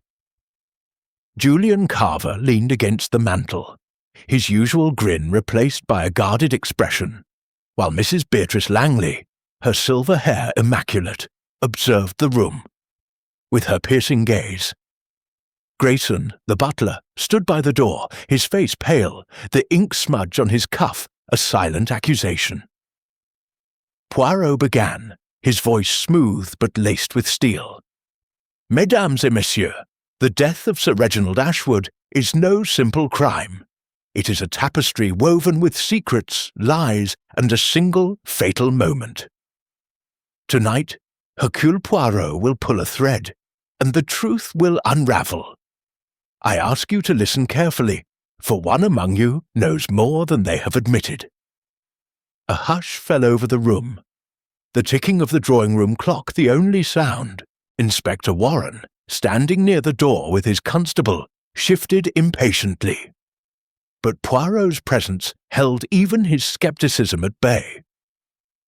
"Let us consider the facts," Poirot continued, pacing slowly. "Sir Reginald was struck down at 11:47 p.m., as the stopped clock tells us. A woman was heard arguing with him, as Mademoiselle Clara has bravely revealed.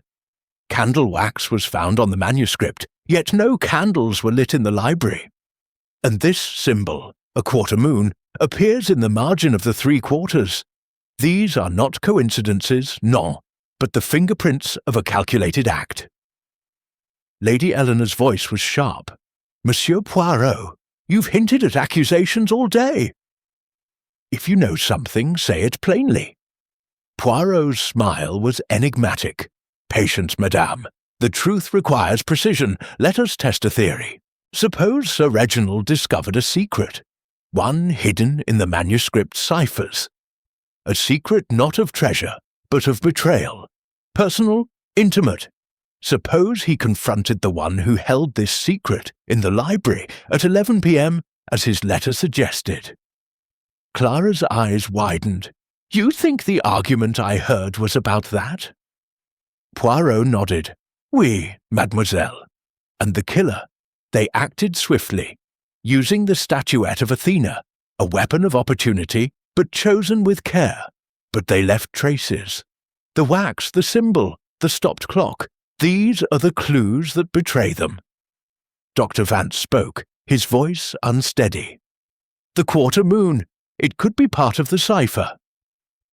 "I told Sir Reginald it might reference a name or an event, but I hadn't decoded it fully." Poirot's eyes gleamed. "And yet, Doctor, you are close to the truth. The quarter moon, it is a symbol of change, of hidden phases. It points to a motive rooted in the past, a wound that festers." Mrs. Langley's voice was low, cutting. "You speak in riddles, Monsieur Poirot." "If you suspect one of us, name them." Poirot turned to her, his gaze piercing. "Madame Langley, your candlestick lacks its candle. You say it was misplaced, but I propose another theory. It was used in the library, its wax falling on the manuscript as you stood over Sir Reginald." The room gasped. Mrs. Langley's face remained impassive, but her hands tightened on her chair. "That is absurd, Monsieur Poirot." "I was asleep, as I've said. You have no proof." Poirot raised a hand, silencing the murmurs. "Proof, madame, is in the details. The wax matches your candlestick's hue. And the quarter moon, did it not remind Sir Reginald of a secret you shared long ago? A secret tied to his first wife, perhaps?" Mrs. Langley's composure cracked, her voice rising. "How dare you?" "Reginald and I were friends, nothing more. His first wife, Margaret, was my dearest companion. I would never—" She stopped abruptly, her eyes glistening, and the room fell silent. Hastings felt a pang of sympathy, but Poirot's expression was unrelenting. "Madam, you have spoken of trust as a luxury." Did Sir Reginald betray that trust, perhaps by uncovering a truth you wished buried? Mrs. Langley stood, her voice trembling with suppressed emotion. "You twist everything, Monsieur Poirot. I loved Reginald as a friend. If he knew a secret, it was not mine." She turned and left the room, her footsteps echoing in the hall. Clara's voice broke the silence. "Monsieur Poirot, you can't think Mrs. Langley. She's been like family to us." Poirot's gaze softened. "Mademoiselle, I accuse no one, yet, but the truth, it stirs the heart. And Madame Langley's reaction tells us much. Let us consider another possibility. Madame Eleanor, your necklace, it is a gift from Sir Reginald, oui? But was there tension in your marriage, a reason he might have written of secrets?" Lady Eleanor's face paled, her hand clutching the sapphires. "Reginald and I had our differences, but I loved him." "I was in my room, as I've said," Carver interjected, his tone dry. "This is getting us nowhere, Poirot. You're fishing, and we're all tired of it." Poirot's smile was sharp. "Monsieur Carver, you are a man of precision, yet you avoid my questions about the will. Did it contain provisions that might provoke anger? Jealousy?" Carver's eyes narrowed. "I've told you, it's confidential." Sir Reginald's wishes were clear, and I followed them. Poirot turned to the group, his voice rising slightly. "The trap, it is set. One of you knows the secret of the quarter moon, the reason Sir Reginald died. Speak now, or the truth will find you in ways less gentle." The room held its breath, but no one spoke. Inspector Warren, growing restless, muttered, "This is theatrics, Poirot." Grayson, still my suspect, Poirot ignored him, his eyes scanning the faces before him. "Very well. The night grows late, but the little grey cells, they do not rest. Tomorrow we shall gather again, and the truth will be revealed." As the guests dispersed, Hastings followed Poirot to the library, his mind racing. "Poirot, you pushed Mrs. Langley hard. Do you really think she's the killer?" Poirot's eyes twinkled. "Hastings, I pushed to see what breaks. Her reaction, it is not guilt, but fear of a secret exposed. The quarter moon, the wax, the argument, they point to a motive deeper than greed. We must study the manuscript further. Its cipher holds the key." In the library, Poirot opened the glass case, his gloved hands turning to the page with the quarter moon symbol. "Hastings, this symbol, it is not random. It is a message, a name, perhaps a date. Tomorrow we will decode it, and the killer will have nowhere to hide." The trap had been set, and the emotional weight of Mrs. Langley's outburst lingered. The secrets of Ashwood Manor were surfacing, and Poirot's relentless pursuit of the truth was closing in on the murderer's carefully guarded identity. Chapter 10. The Reveal. The morning light filtered weakly through the heavy clouds over Ashwood Manor, casting a sombre glow across the drawing-room, where Hercule Poirot had gathered the guests for what he declared would be the final act of this grim drama. The air was thick with anticipation. Each occupant of the room perched on the edge of their seat, their faces a mixture of dread and curiosity. Captain Arthur Hastings stood near the window, his notebook clutched tightly, his heart pounding as he sensed Poirot's little grey cells had pieced together the intricate puzzle of Sir Reginald Ashwood's murder. Poirot stood at the centre of the room, his immaculate figure radiating calm authority, his green eyes sweeping over the assembly. Lady Eleanor Ashwood, her sapphire necklace a stark contrast to her pale face. Clara Henshaw, her auburn hair tightly pinned, her eyes red from sleeplessness. Doctor Malcolm Vance, his cufflinks still but his hands trembling. Julian Carver, his usual nonchalance replaced by a tense alertness. And Mrs. Beatrice Langley, her silver hair gleaming, her gaze steady but guarded. Grayson, the butler, stood by the door, his ink-stained cuff a silent accusation, while Inspector Warren and his constable watched from the sidelines, their scepticism tempered by Poirot's reputation. "Mesdames et messieurs," Poirot began, his voice clear and deliberate, "the murder of Sir Reginald Ashwood is a crime of precision, of passion, and of a secret so potent it could not remain hidden. Today, Hercule Poirot will reveal the truth, step by step, and the killer will be unmasked." A murmur rippled through the room, but Poirot raised a hand, silencing it. "Let us begin with the facts. Sir Reginald was struck down at 11:47 p.m., as the stopped clock in the library tells us. The weapon, a bronze statuette of Athena, was taken from the room itself. The manuscript, the 3 quarters, was left untouched, yet a page bore a trace of candle wax and a quarter moon symbol. A letter, hinting at a secret, was found in the study, and Mademoiselle Clara heard a woman's voice arguing with Sir Reginald moments before his death. These are the threads of our tapestry. He paced slowly, his eyes never leaving the guests. First, the letter. It was too convenient, left openly in the study suggesting blackmail. But it was a red herring, designed to point to Grayson, whose ink-stained cuff seemed to confirm his guilt.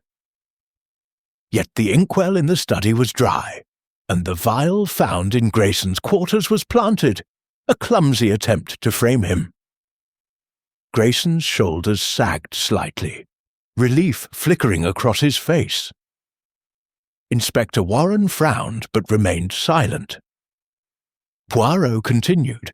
The candle wax, however, is no distraction. It was yellow, matching the candlestick in Madame Langley's room, though the candle itself was missing. This wax, it fell on the manuscript as the killer stood over Sir Reginald, perhaps examining the page with the quarter moon symbol. Why?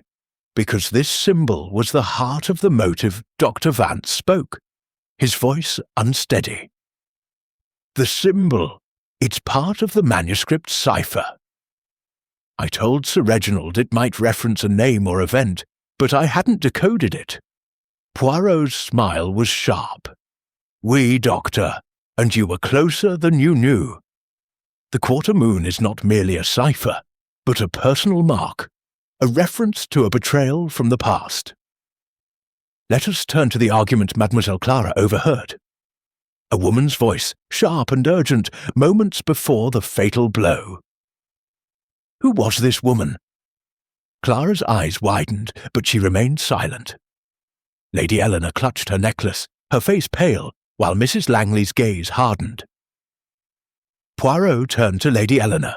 "Madam, your marriage to Sir Reginald was strained, no? He was consumed by his books, perhaps neglecting you.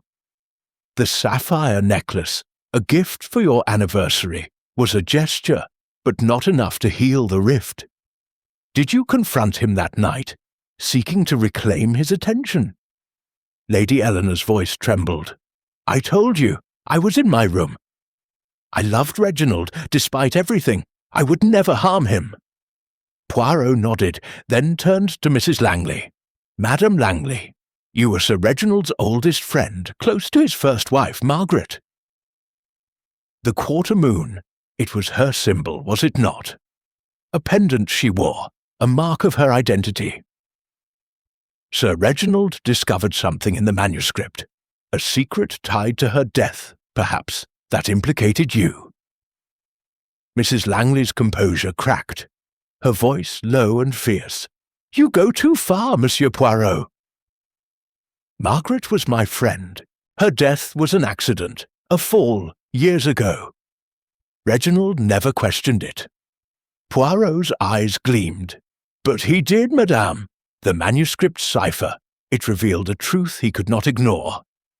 Margaret's death was no accident, but a murder, concealed by someone close to her. You, Madame Langley, were in financial ruin at the time, and Margaret's wealth passed to Sir Reginald upon her death. He began to suspect, and the quarter moon in the manuscript confirmed it. A symbol you used to sign your letters to her, a private bond. The room gasped. Mrs. Langley stood, her face ashen. This is outrageous. I loved Margaret. I would never— Poirot's voice was relentless. You argued with Sir Reginald in the library at 11:45 p.m. You brought a candle, perhaps to read the manuscript cipher, and in your anger, you struck him with the statuette. The clock stopped when it fell. Struck by the same blow, you hid the candle, but the wax betrayed you. Mrs. Langley's hands trembled, her voice breaking. No, it wasn't like that. I went to the library, yes, to beg him to stop. He was obsessed, digging into Margaret's death, accusing me. I argued with him, but I didn't kill him. I left him alive. Poirot's gaze softened, but only slightly. Madame, your words betray you. You admit to the argument, to the candle. The wax, the stopped clock, the quarter moon, they all point to you. You struck Sir Reginald to silence his accusations, to protect your secret. Mrs. Langley sank into her chair, tears streaming down her face. I didn't mean to. He was going to ruin me, to tell everyone. Margaret's death was an accident, I swear, but he wouldn't believe me. I picked up the statuette in a moment of panic. The room fell silent, the weight of her confession settling like dust. Inspector Warren stepped forward. His voice gruff. Mrs. Beatrice Langley, you're under arrest for the murder of Sir Reginald Ashwood. As the constable led her away, her head bowed. Clara sobbed quietly, and Lady Eleanor stared in stunned silence. Carver's face was grim, and Vance looked away, his hand still. Hastings approached Poirot, his voice low. You did it, Poirot. The wax, the symbol, it all came together. Poirot's expression was sombre. Oui, Hastings, but it is no triumph. A secret from the past, a moment of fear. It has destroyed lives, the little grey cells. They see the truth, but the heart, it mourns. As the guests dispersed, the manor felt emptier, its grandeur tarnished by the weight of betrayal. Poirot's trap had worked, but the cost of truth was a heavy one. Chapter 11. The Reflection. The morning after Mrs. Beatrice Langley's confession. Ashwood Manor seemed to exhale, its grand halls quieter, as though relieved of a burden, yet weighed down by sorrow. The clouds had parted, and a pale sun cast tentative rays through the drawing-room windows, where Hercule Poirot sat in a high-backed chair, his hands folded neatly, his green eyes distant. Captain Arthur Hastings stood by the fireplace, his notebook closed, his thoughts tangled with the events of the previous night. The arrest of Mrs. Langley had brought the mystery to a close, but the cost of truth lingered like a shadow. The other guests had retreated to their rooms, their spirits subdued. Lady Eleanor Ashwood, her sapphire necklace now tucked away, had withdrawn into a private grief. Clara Henshaw, still shaken by her role in exposing the truth, had taken to writing letters, perhaps seeking solace in routine. Dr. Malcolm Vance had returned to his notes on the Three Quarters, though his enthusiasm was tempered by the tragedy. Julian Carver had left early, citing business in London, his usual grin absent. Grayson, the butler, moved about his duties with mechanical precision. The ink smudge on his cuff no longer a mark of suspicion, but a reminder of the false trail that had nearly ensnared him. Poirot broke the silence, his voice soft but resonant. "Mon ami Hastings, you are troubled, no? The truth, it is revealed, yet it brings no joy." Hastings sighed, running a hand through his hair. "It's just, I didn't expect it to be Mrs. Langley, Poirot. She seemed so composed, so loyal to Sir Reginald, and the idea that she killed his first wife, Margaret, all those years ago, it's almost too much to believe." Poirot's moustache twitched, a faint smile playing on his lips. "The human heart, Hastings, it is a labyrinth. Madame Langley loved Margaret, oui, but love can twist into desperation. Her financial ruin, it drove her to a terrible act, one she buried for years. Sir Reginald's discovery of the quarter moon symbol in the manuscript, it was the spark that reignited her fear. She killed to protect her secret, not out of malice, but out of panic." Hastings nodded, his brow furrowed. "But the manuscript, Poirot, was it really just a trigger? All that talk of ciphers and treasure, did it mean nothing?" Poirot's eyes gleamed. "The manuscript, it is both a treasure and a mirror. Its ciphers held no gold, but they reflected truths about those who sought them. Sir Reginald saw in the Three Quarters a chance to uncover the past, to right a wrong. Madame Langley saw a threat to her carefully rebuilt life. The quarter moon, it was Margaret's symbol, a private mark between friends, and its presence in the manuscript was Sir Reginald's proof of her betrayal." He rose, pacing slowly, his hands clasped behind his back. "This case, Hastings, it reminds us of a truth I hold dear. The most dangerous secrets are those we keep from ourselves. Madame Langley convinced herself Margaret's death was an accident, but the guilt, it festered. When confronted, she could not bear the exposure. Hastings leaned forward, his voice low. And the wax, the stopped clock, how did you know they pointed to her?" Poirot's smile was patient. "The wax, it was the first clue." No candles were lit in the library, yet the yellow wax matched Madame Langley's candlestick. She took the candle to read the manuscript, to confirm what Sir Reginald had found. The clock, it stopped when the statuette fell, struck in the same blow that killed him. And the quarter moon, it was not part of the original text, but a mark Sir Reginald added, a message to himself about Margaret's death. These details, they told a story only Hercule Poirot could hear. Hastings shook his head, marvelling. "You're a wonder, Poirot." "But it's a grim business. Mrs. Langley, she seemed so noble." Poirot's expression grew sombre. "Nobility, Hastings, it is a mask we wear. Beneath it, we are all human, capable of great good and great error. Madame Langley's crime was born of fear, not evil, and yet justice must be served." The door opened, and Inspector Warren entered, his moustache less bristling than usual. "Mr. Poirot, I owe you an apology. I was dead set on Grayson, but you saw through the fog. That wax, that symbol, you've got a mind like a steel trap." Poirot inclined his head. "Merci, Monsieur l'Inspecteur, but it is not the mind alone. It is the observation, the order, the method. The little grey cells, they arrange the chaos into truth." Warren nodded, then hesitated. "One thing, though. That letter in the study, it was a plant, you said. Who put it there?" Poirot's eyes twinkled. "A clever distraction, no?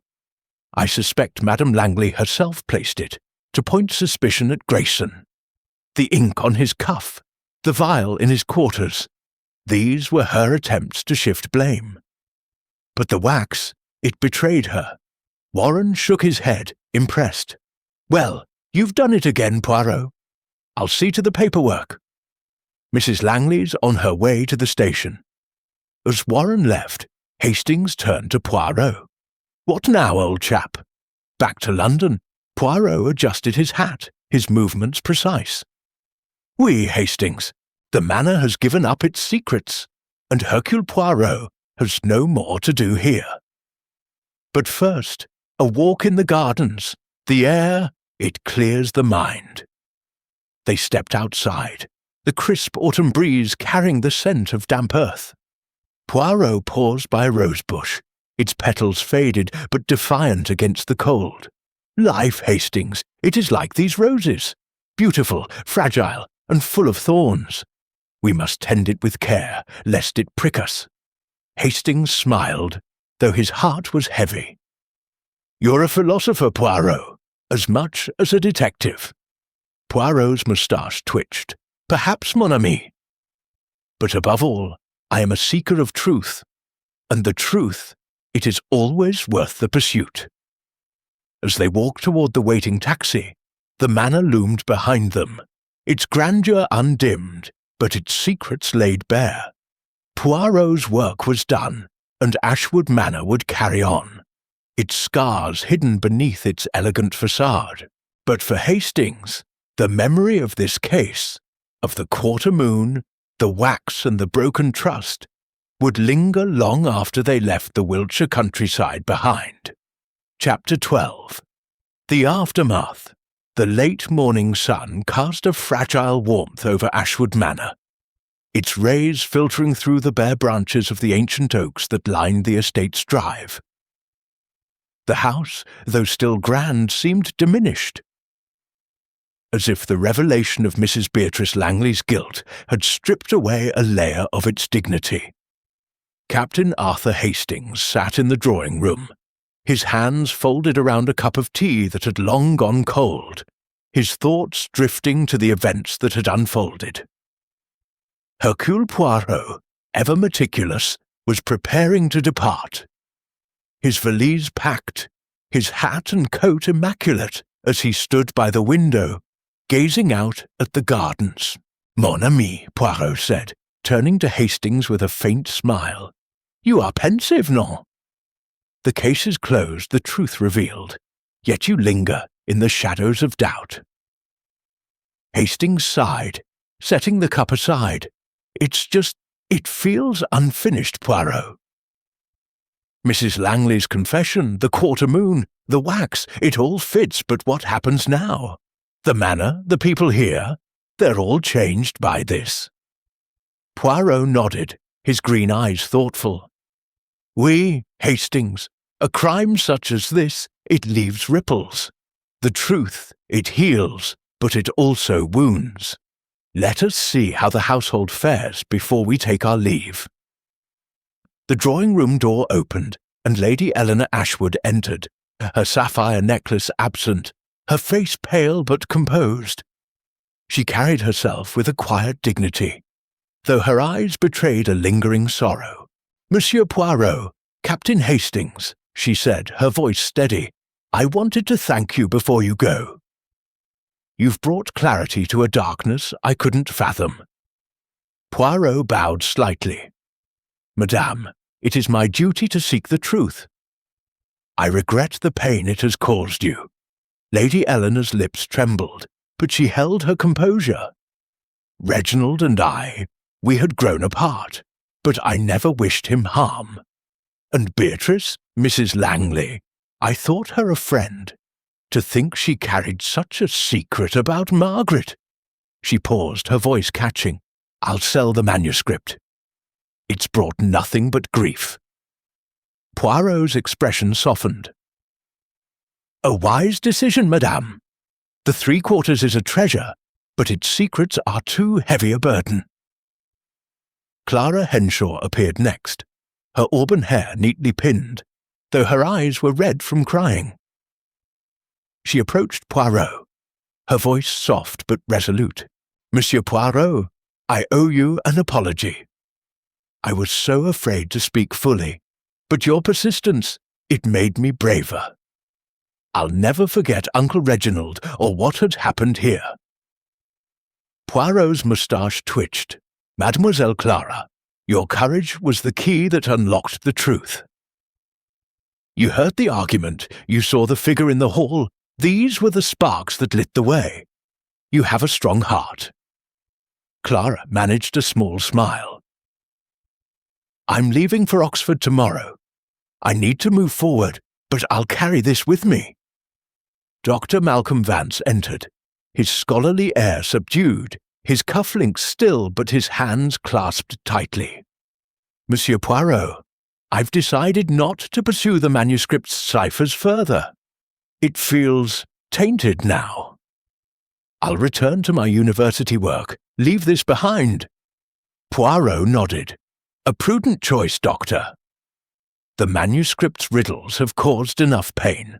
Julian Carver was absent, having left for London at dawn. His role in revising Sir Reginald's will now a footnote in the tragedy." Grayson, the butler, moved silently through the room, clearing teacups, his face a mask of quiet relief. The ink smudge on his cuff, once a mark of suspicion, was now a symbol of his innocence, though he carried himself with the weight of having served a house torn by betrayal. Inspector Warren joined them, his moustache less bristling, his tone almost deferential. "Poirot, I've sent my report to the station." Mrs. Langley's confessed fully. Margaret's death, the argument, the statuette. She's broken, but she's not fighting it. You've got a knack for this, I'll give you that. Poirot's smile was modest. "Merci, Monsieur l'Inspecteur. But it is not a knack. It is method, observation, and the little grey cells. The truth it cannot hide from Hercule Poirot." Warren chuckled, shaking his head. "Well, you've saved me a blunder with Grayson. I'll not forget it." As the inspector left to finalize his paperwork, Hastings turned to Poirot. "What about the manuscript, Poirot? Will it ever be safe, with all its secrets?" Poirot's eyes twinkled. "The manuscript, Hastings, is but paper and ink. Its power lies in the minds that seek its meaning. Lady Eleanor will sell it, and it will pass to another, perhaps to reveal new secrets, perhaps to rest quietly. That is not our concern. Our work here is done." They stepped outside, the gravel crunching underfoot as they approached the waiting taxi. The manor loomed behind them, its ivy-clad walls a testament to its enduring presence, despite the scars of the past days. Poirot paused, adjusting his hat, his gaze lingering on the house. "Hastings," he said, his voice low. "This case, it reminds us of the fragility of trust. Sir Reginald trusted his friend, Madame Langley, and she betrayed him, not once, but twice. Yet in truth, we find redemption. The manor will heal." In time, Hastings nodded, his heart lighter but still heavy with the weight of the tragedy. "You're right, Poirot. It's a sad business, but you brought light to it. Where to now?" Poirot's smile was serene. "To London, mon ami, where the world awaits. But first, a cup of tisane to soothe the soul. The little grey cells, they have earned their rest." As the taxi rolled down the drive, Ashwood Manor receded into the distance, its secrets laid bare, its future uncertain, but no longer shrouded in darkness. Poirot's work had restored order, but the echoes of betrayal would linger, a reminder of the delicate balance between truth and trust. Chapter 13. The Legacy of Secrets. The afternoon sun hung low over Ashwood Manor, painting the Wiltshire countryside in hues of gold and amber, yet the estate seemed to carry a lingering melancholy, as if reluctant to shed the weight of its recent tragedy. Hercule Poirot and Captain Arthur Hastings had lingered longer than intended, their departure delayed by a final request from Lady Eleanor Ashwood to discuss the future of the manor and its infamous manuscript the 3 quarters. They sat now in the library, the scene of Sir Reginald's murder. Its air heavy with the scent of old books and the ghosts of secrets past. The glass case housing the manuscript stood closed, its contents untouched since Poirot's investigation. Lady Eleanor, dressed in mourning black, stood beside it, her hands clasped, her face a study in resolve tempered by grief. Clara Henshaw sat nearby, her auburn hair catching the light, her expression a mix of determination and uncertainty. Poirot, his hat resting on the table, regarded them with his usual calm, his green eyes sharp but kind. Hastings, ever the faithful chronicler, held his notebook, though he sensed this meeting was less about clues and more about closure. "Madame, mademoiselle," Poirot began, his voice soft but clear, "you have asked Hercule Poirot to advise on the fate of this manuscript, this 3 quarters that has brought such sorrow. I am honoured, but I must ask, what is it you seek, preservation or release?" Lady Eleanor's gaze drifted to the manuscript, her voice steady but laced with emotion. "Monsieur Poirot, this book was Reginald's obsession, and it cost him his life. I cannot keep it here, a constant reminder of betrayal, but it is valuable, and I owe it to his memory to ensure it is handled wisely. What would you do?" Poirot's moustache twitched, a faint smile playing on his lips. "Madame, the manuscript is a treasure, oui, but it is also a mirror, reflecting the desires and fears of those who seek its secrets. To sell it is wise, but to whom? A collector who will guard it, or a scholar who will unravel its ciphers without stirring further pain?" Clara leaned forward, her voice earnest. "I say we donate it to a university, Oxford perhaps. Let it be studied, not coveted. Uncle Reginald would have wanted his legacy to be knowledge, not greed." Poirot nodded, his eyes gleaming with approval. "Mademoiselle Clara, you speak with wisdom beyond your years. The manuscript, it has caused enough strife.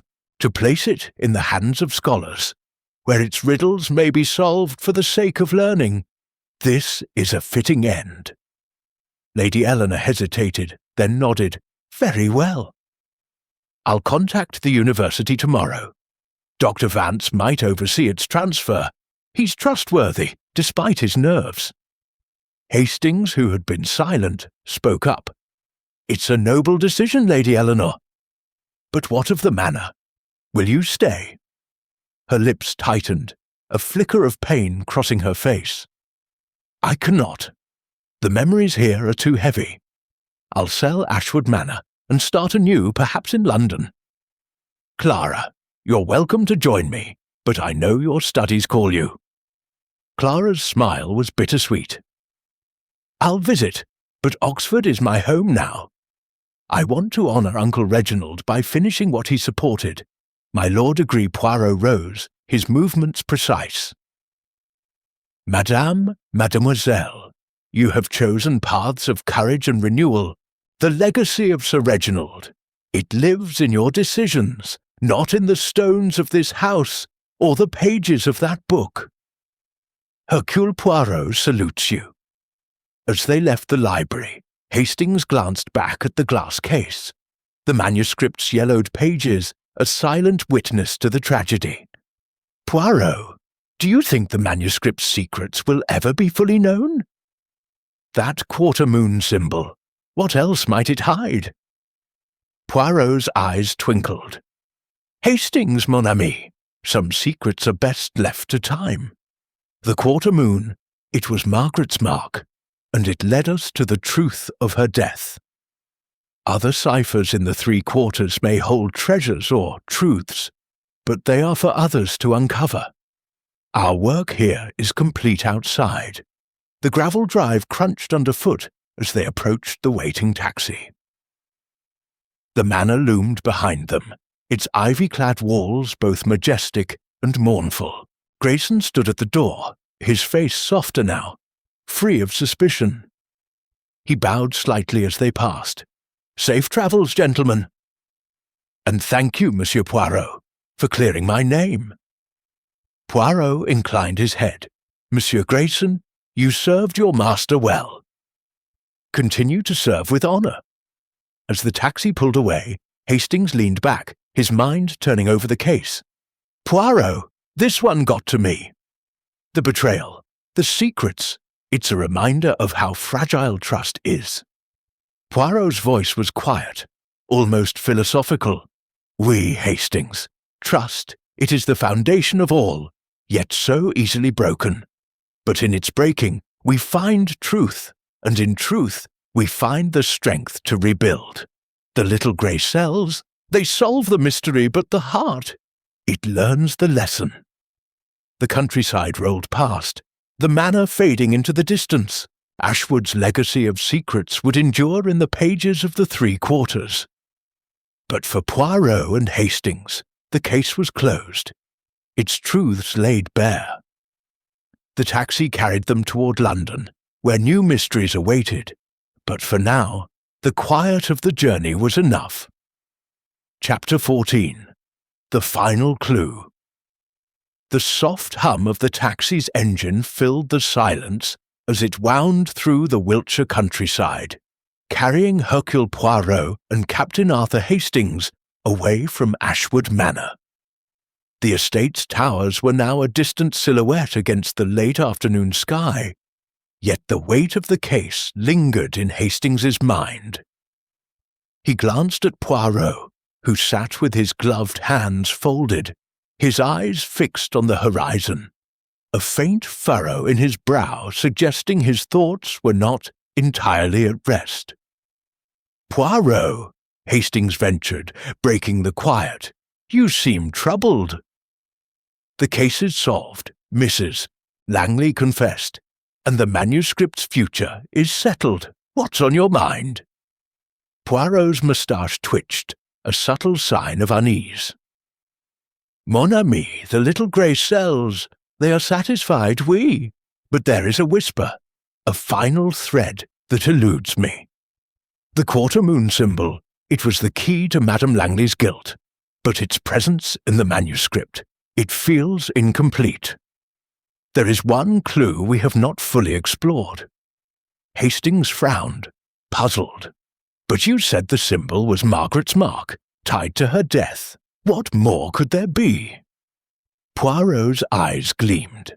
"Hastings, you are correct. Yet the manuscript's secrets are many-layered. The quarter moon, it was Sir Reginald's annotation, but why place it there? I suspect it points to more than Madame Langley's past crime." "We must return to the manor briefly, to confirm." Hastings blinked, startled. "Return? But we're halfway to London." Poirot's smile was resolute. "A small detour, mon ami. The truth, it demands precision. I have telephoned Lady Eleanor to expect us. The manuscript holds one final clue, and Hercule Poirot does not leave a puzzle half solved." The taxi turned back, its wheels crunching once more on the gravel drive of Ashwood Manor. Lady Eleanor met them at the door, her morning attire softened by a quiet strength. "Monsieur Poirot, Captain Hastings," she said, her voice tinged with surprise. "I hadn't expected you back so soon. Is something amiss?" Poirot bowed slightly. "Madame, I apologize for the intrusion. There is a detail in the manuscript that requires my attention. May we examine the Three Quarters once more?" Lady Eleanor nodded, leading them to the library. The room was unchanged, the glass case gleaming under the soft light of a chandelier. Clara Henshaw joined them, her curiosity piqued, her auburn hair catching the glow. "Monsieur Poirot, have you found something new?" she asked, her eyes bright with interest. Poirot opened the case with the key, his gloved hands lifting the manuscript with care. He turned to the page with the quarter moon symbol, his magnifying glass poised. "This symbol," he said, "it is Sir Reginald's hand, oui. but it is not merely a mark of suspicion. Observe. Beneath it, a faint indentation, as though a word was written and erased. Clara leaned closer, her breath catching. I hadn't noticed that. What does it mean?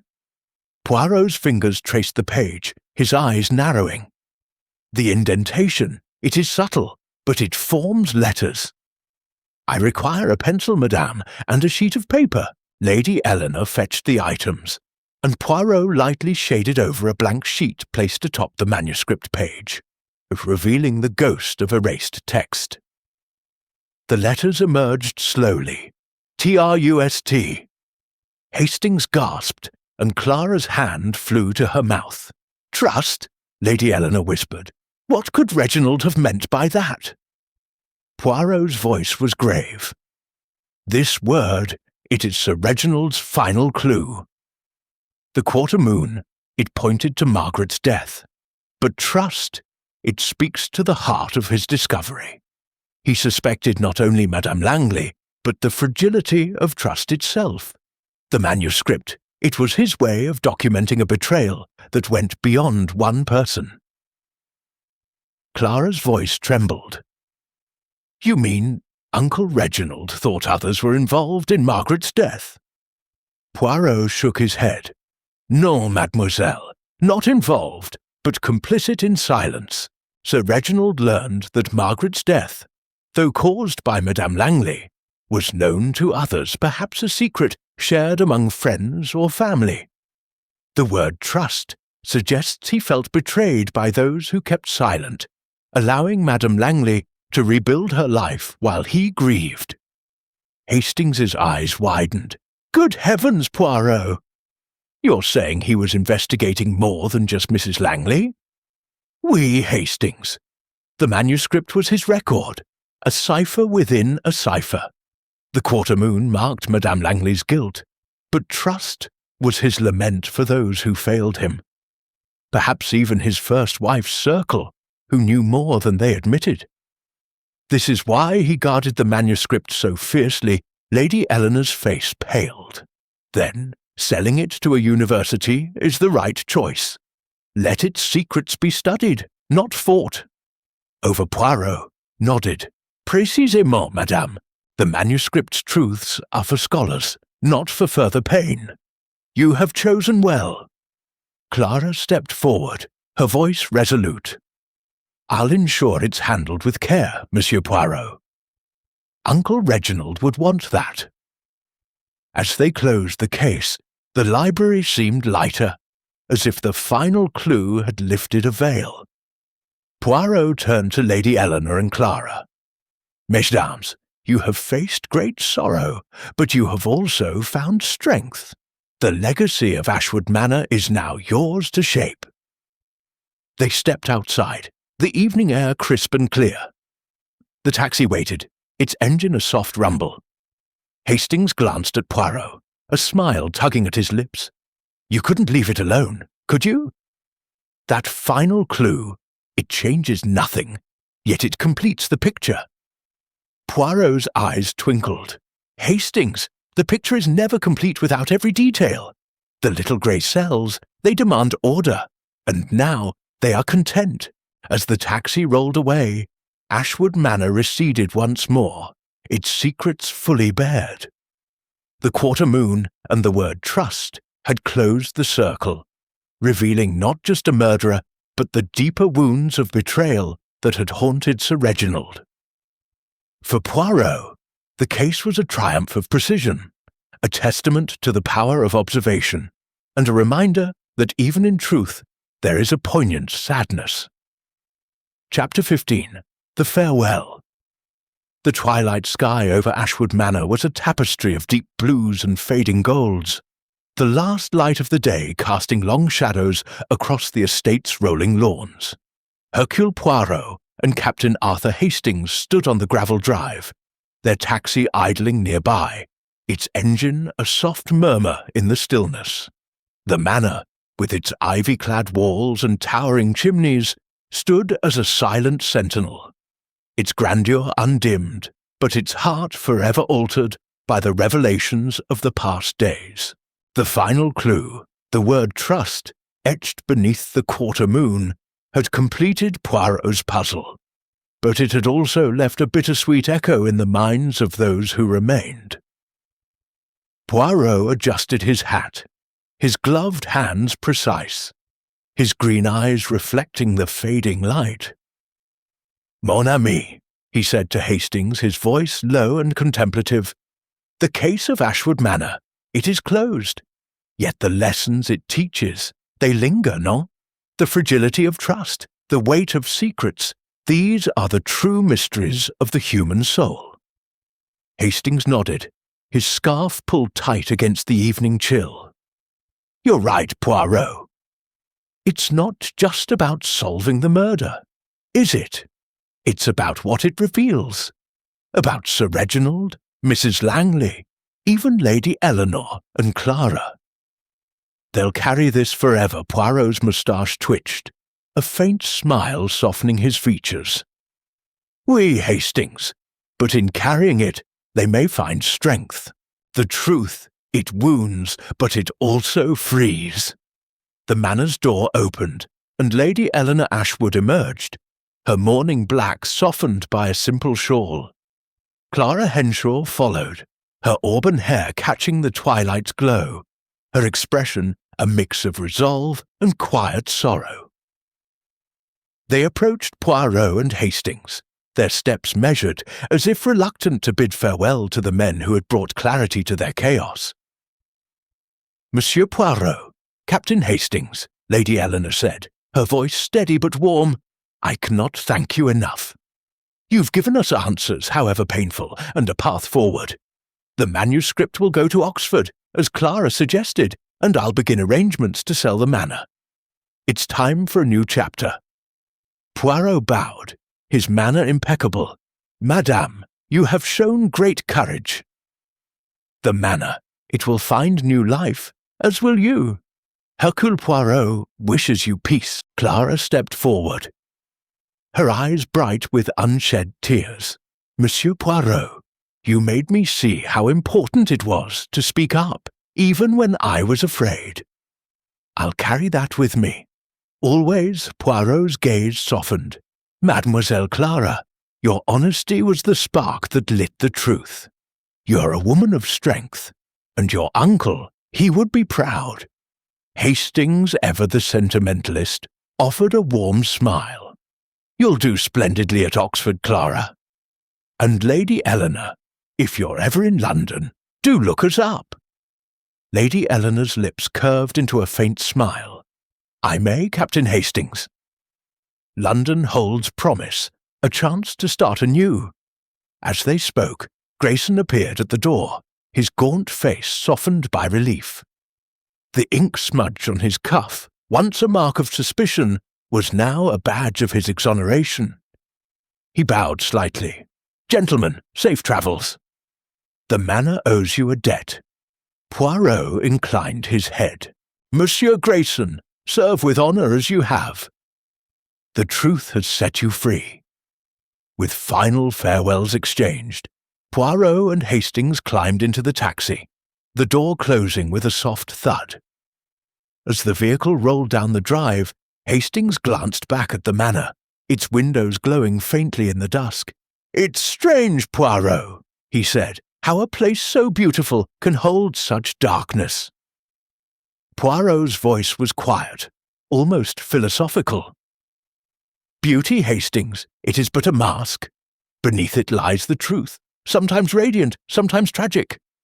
At Ashwood Manor we found both. The quarter moon, the wax, the word trust. They were not just clues, but mirrors of the human condition." Hastings leaned back, his mind turning over the case. "You saw it all, didn't you? From the moment you arrived, the wax, the symbol, the stopped clock. You knew it was more than a simple murder." Poirot's eyes twinkled. "The little grey cells, mon ami, they see what others overlook. But it is not enough to see, one must understand.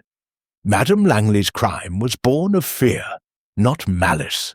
Sir Reginald's pursuit of truth, it was his undoing, yet also his legacy.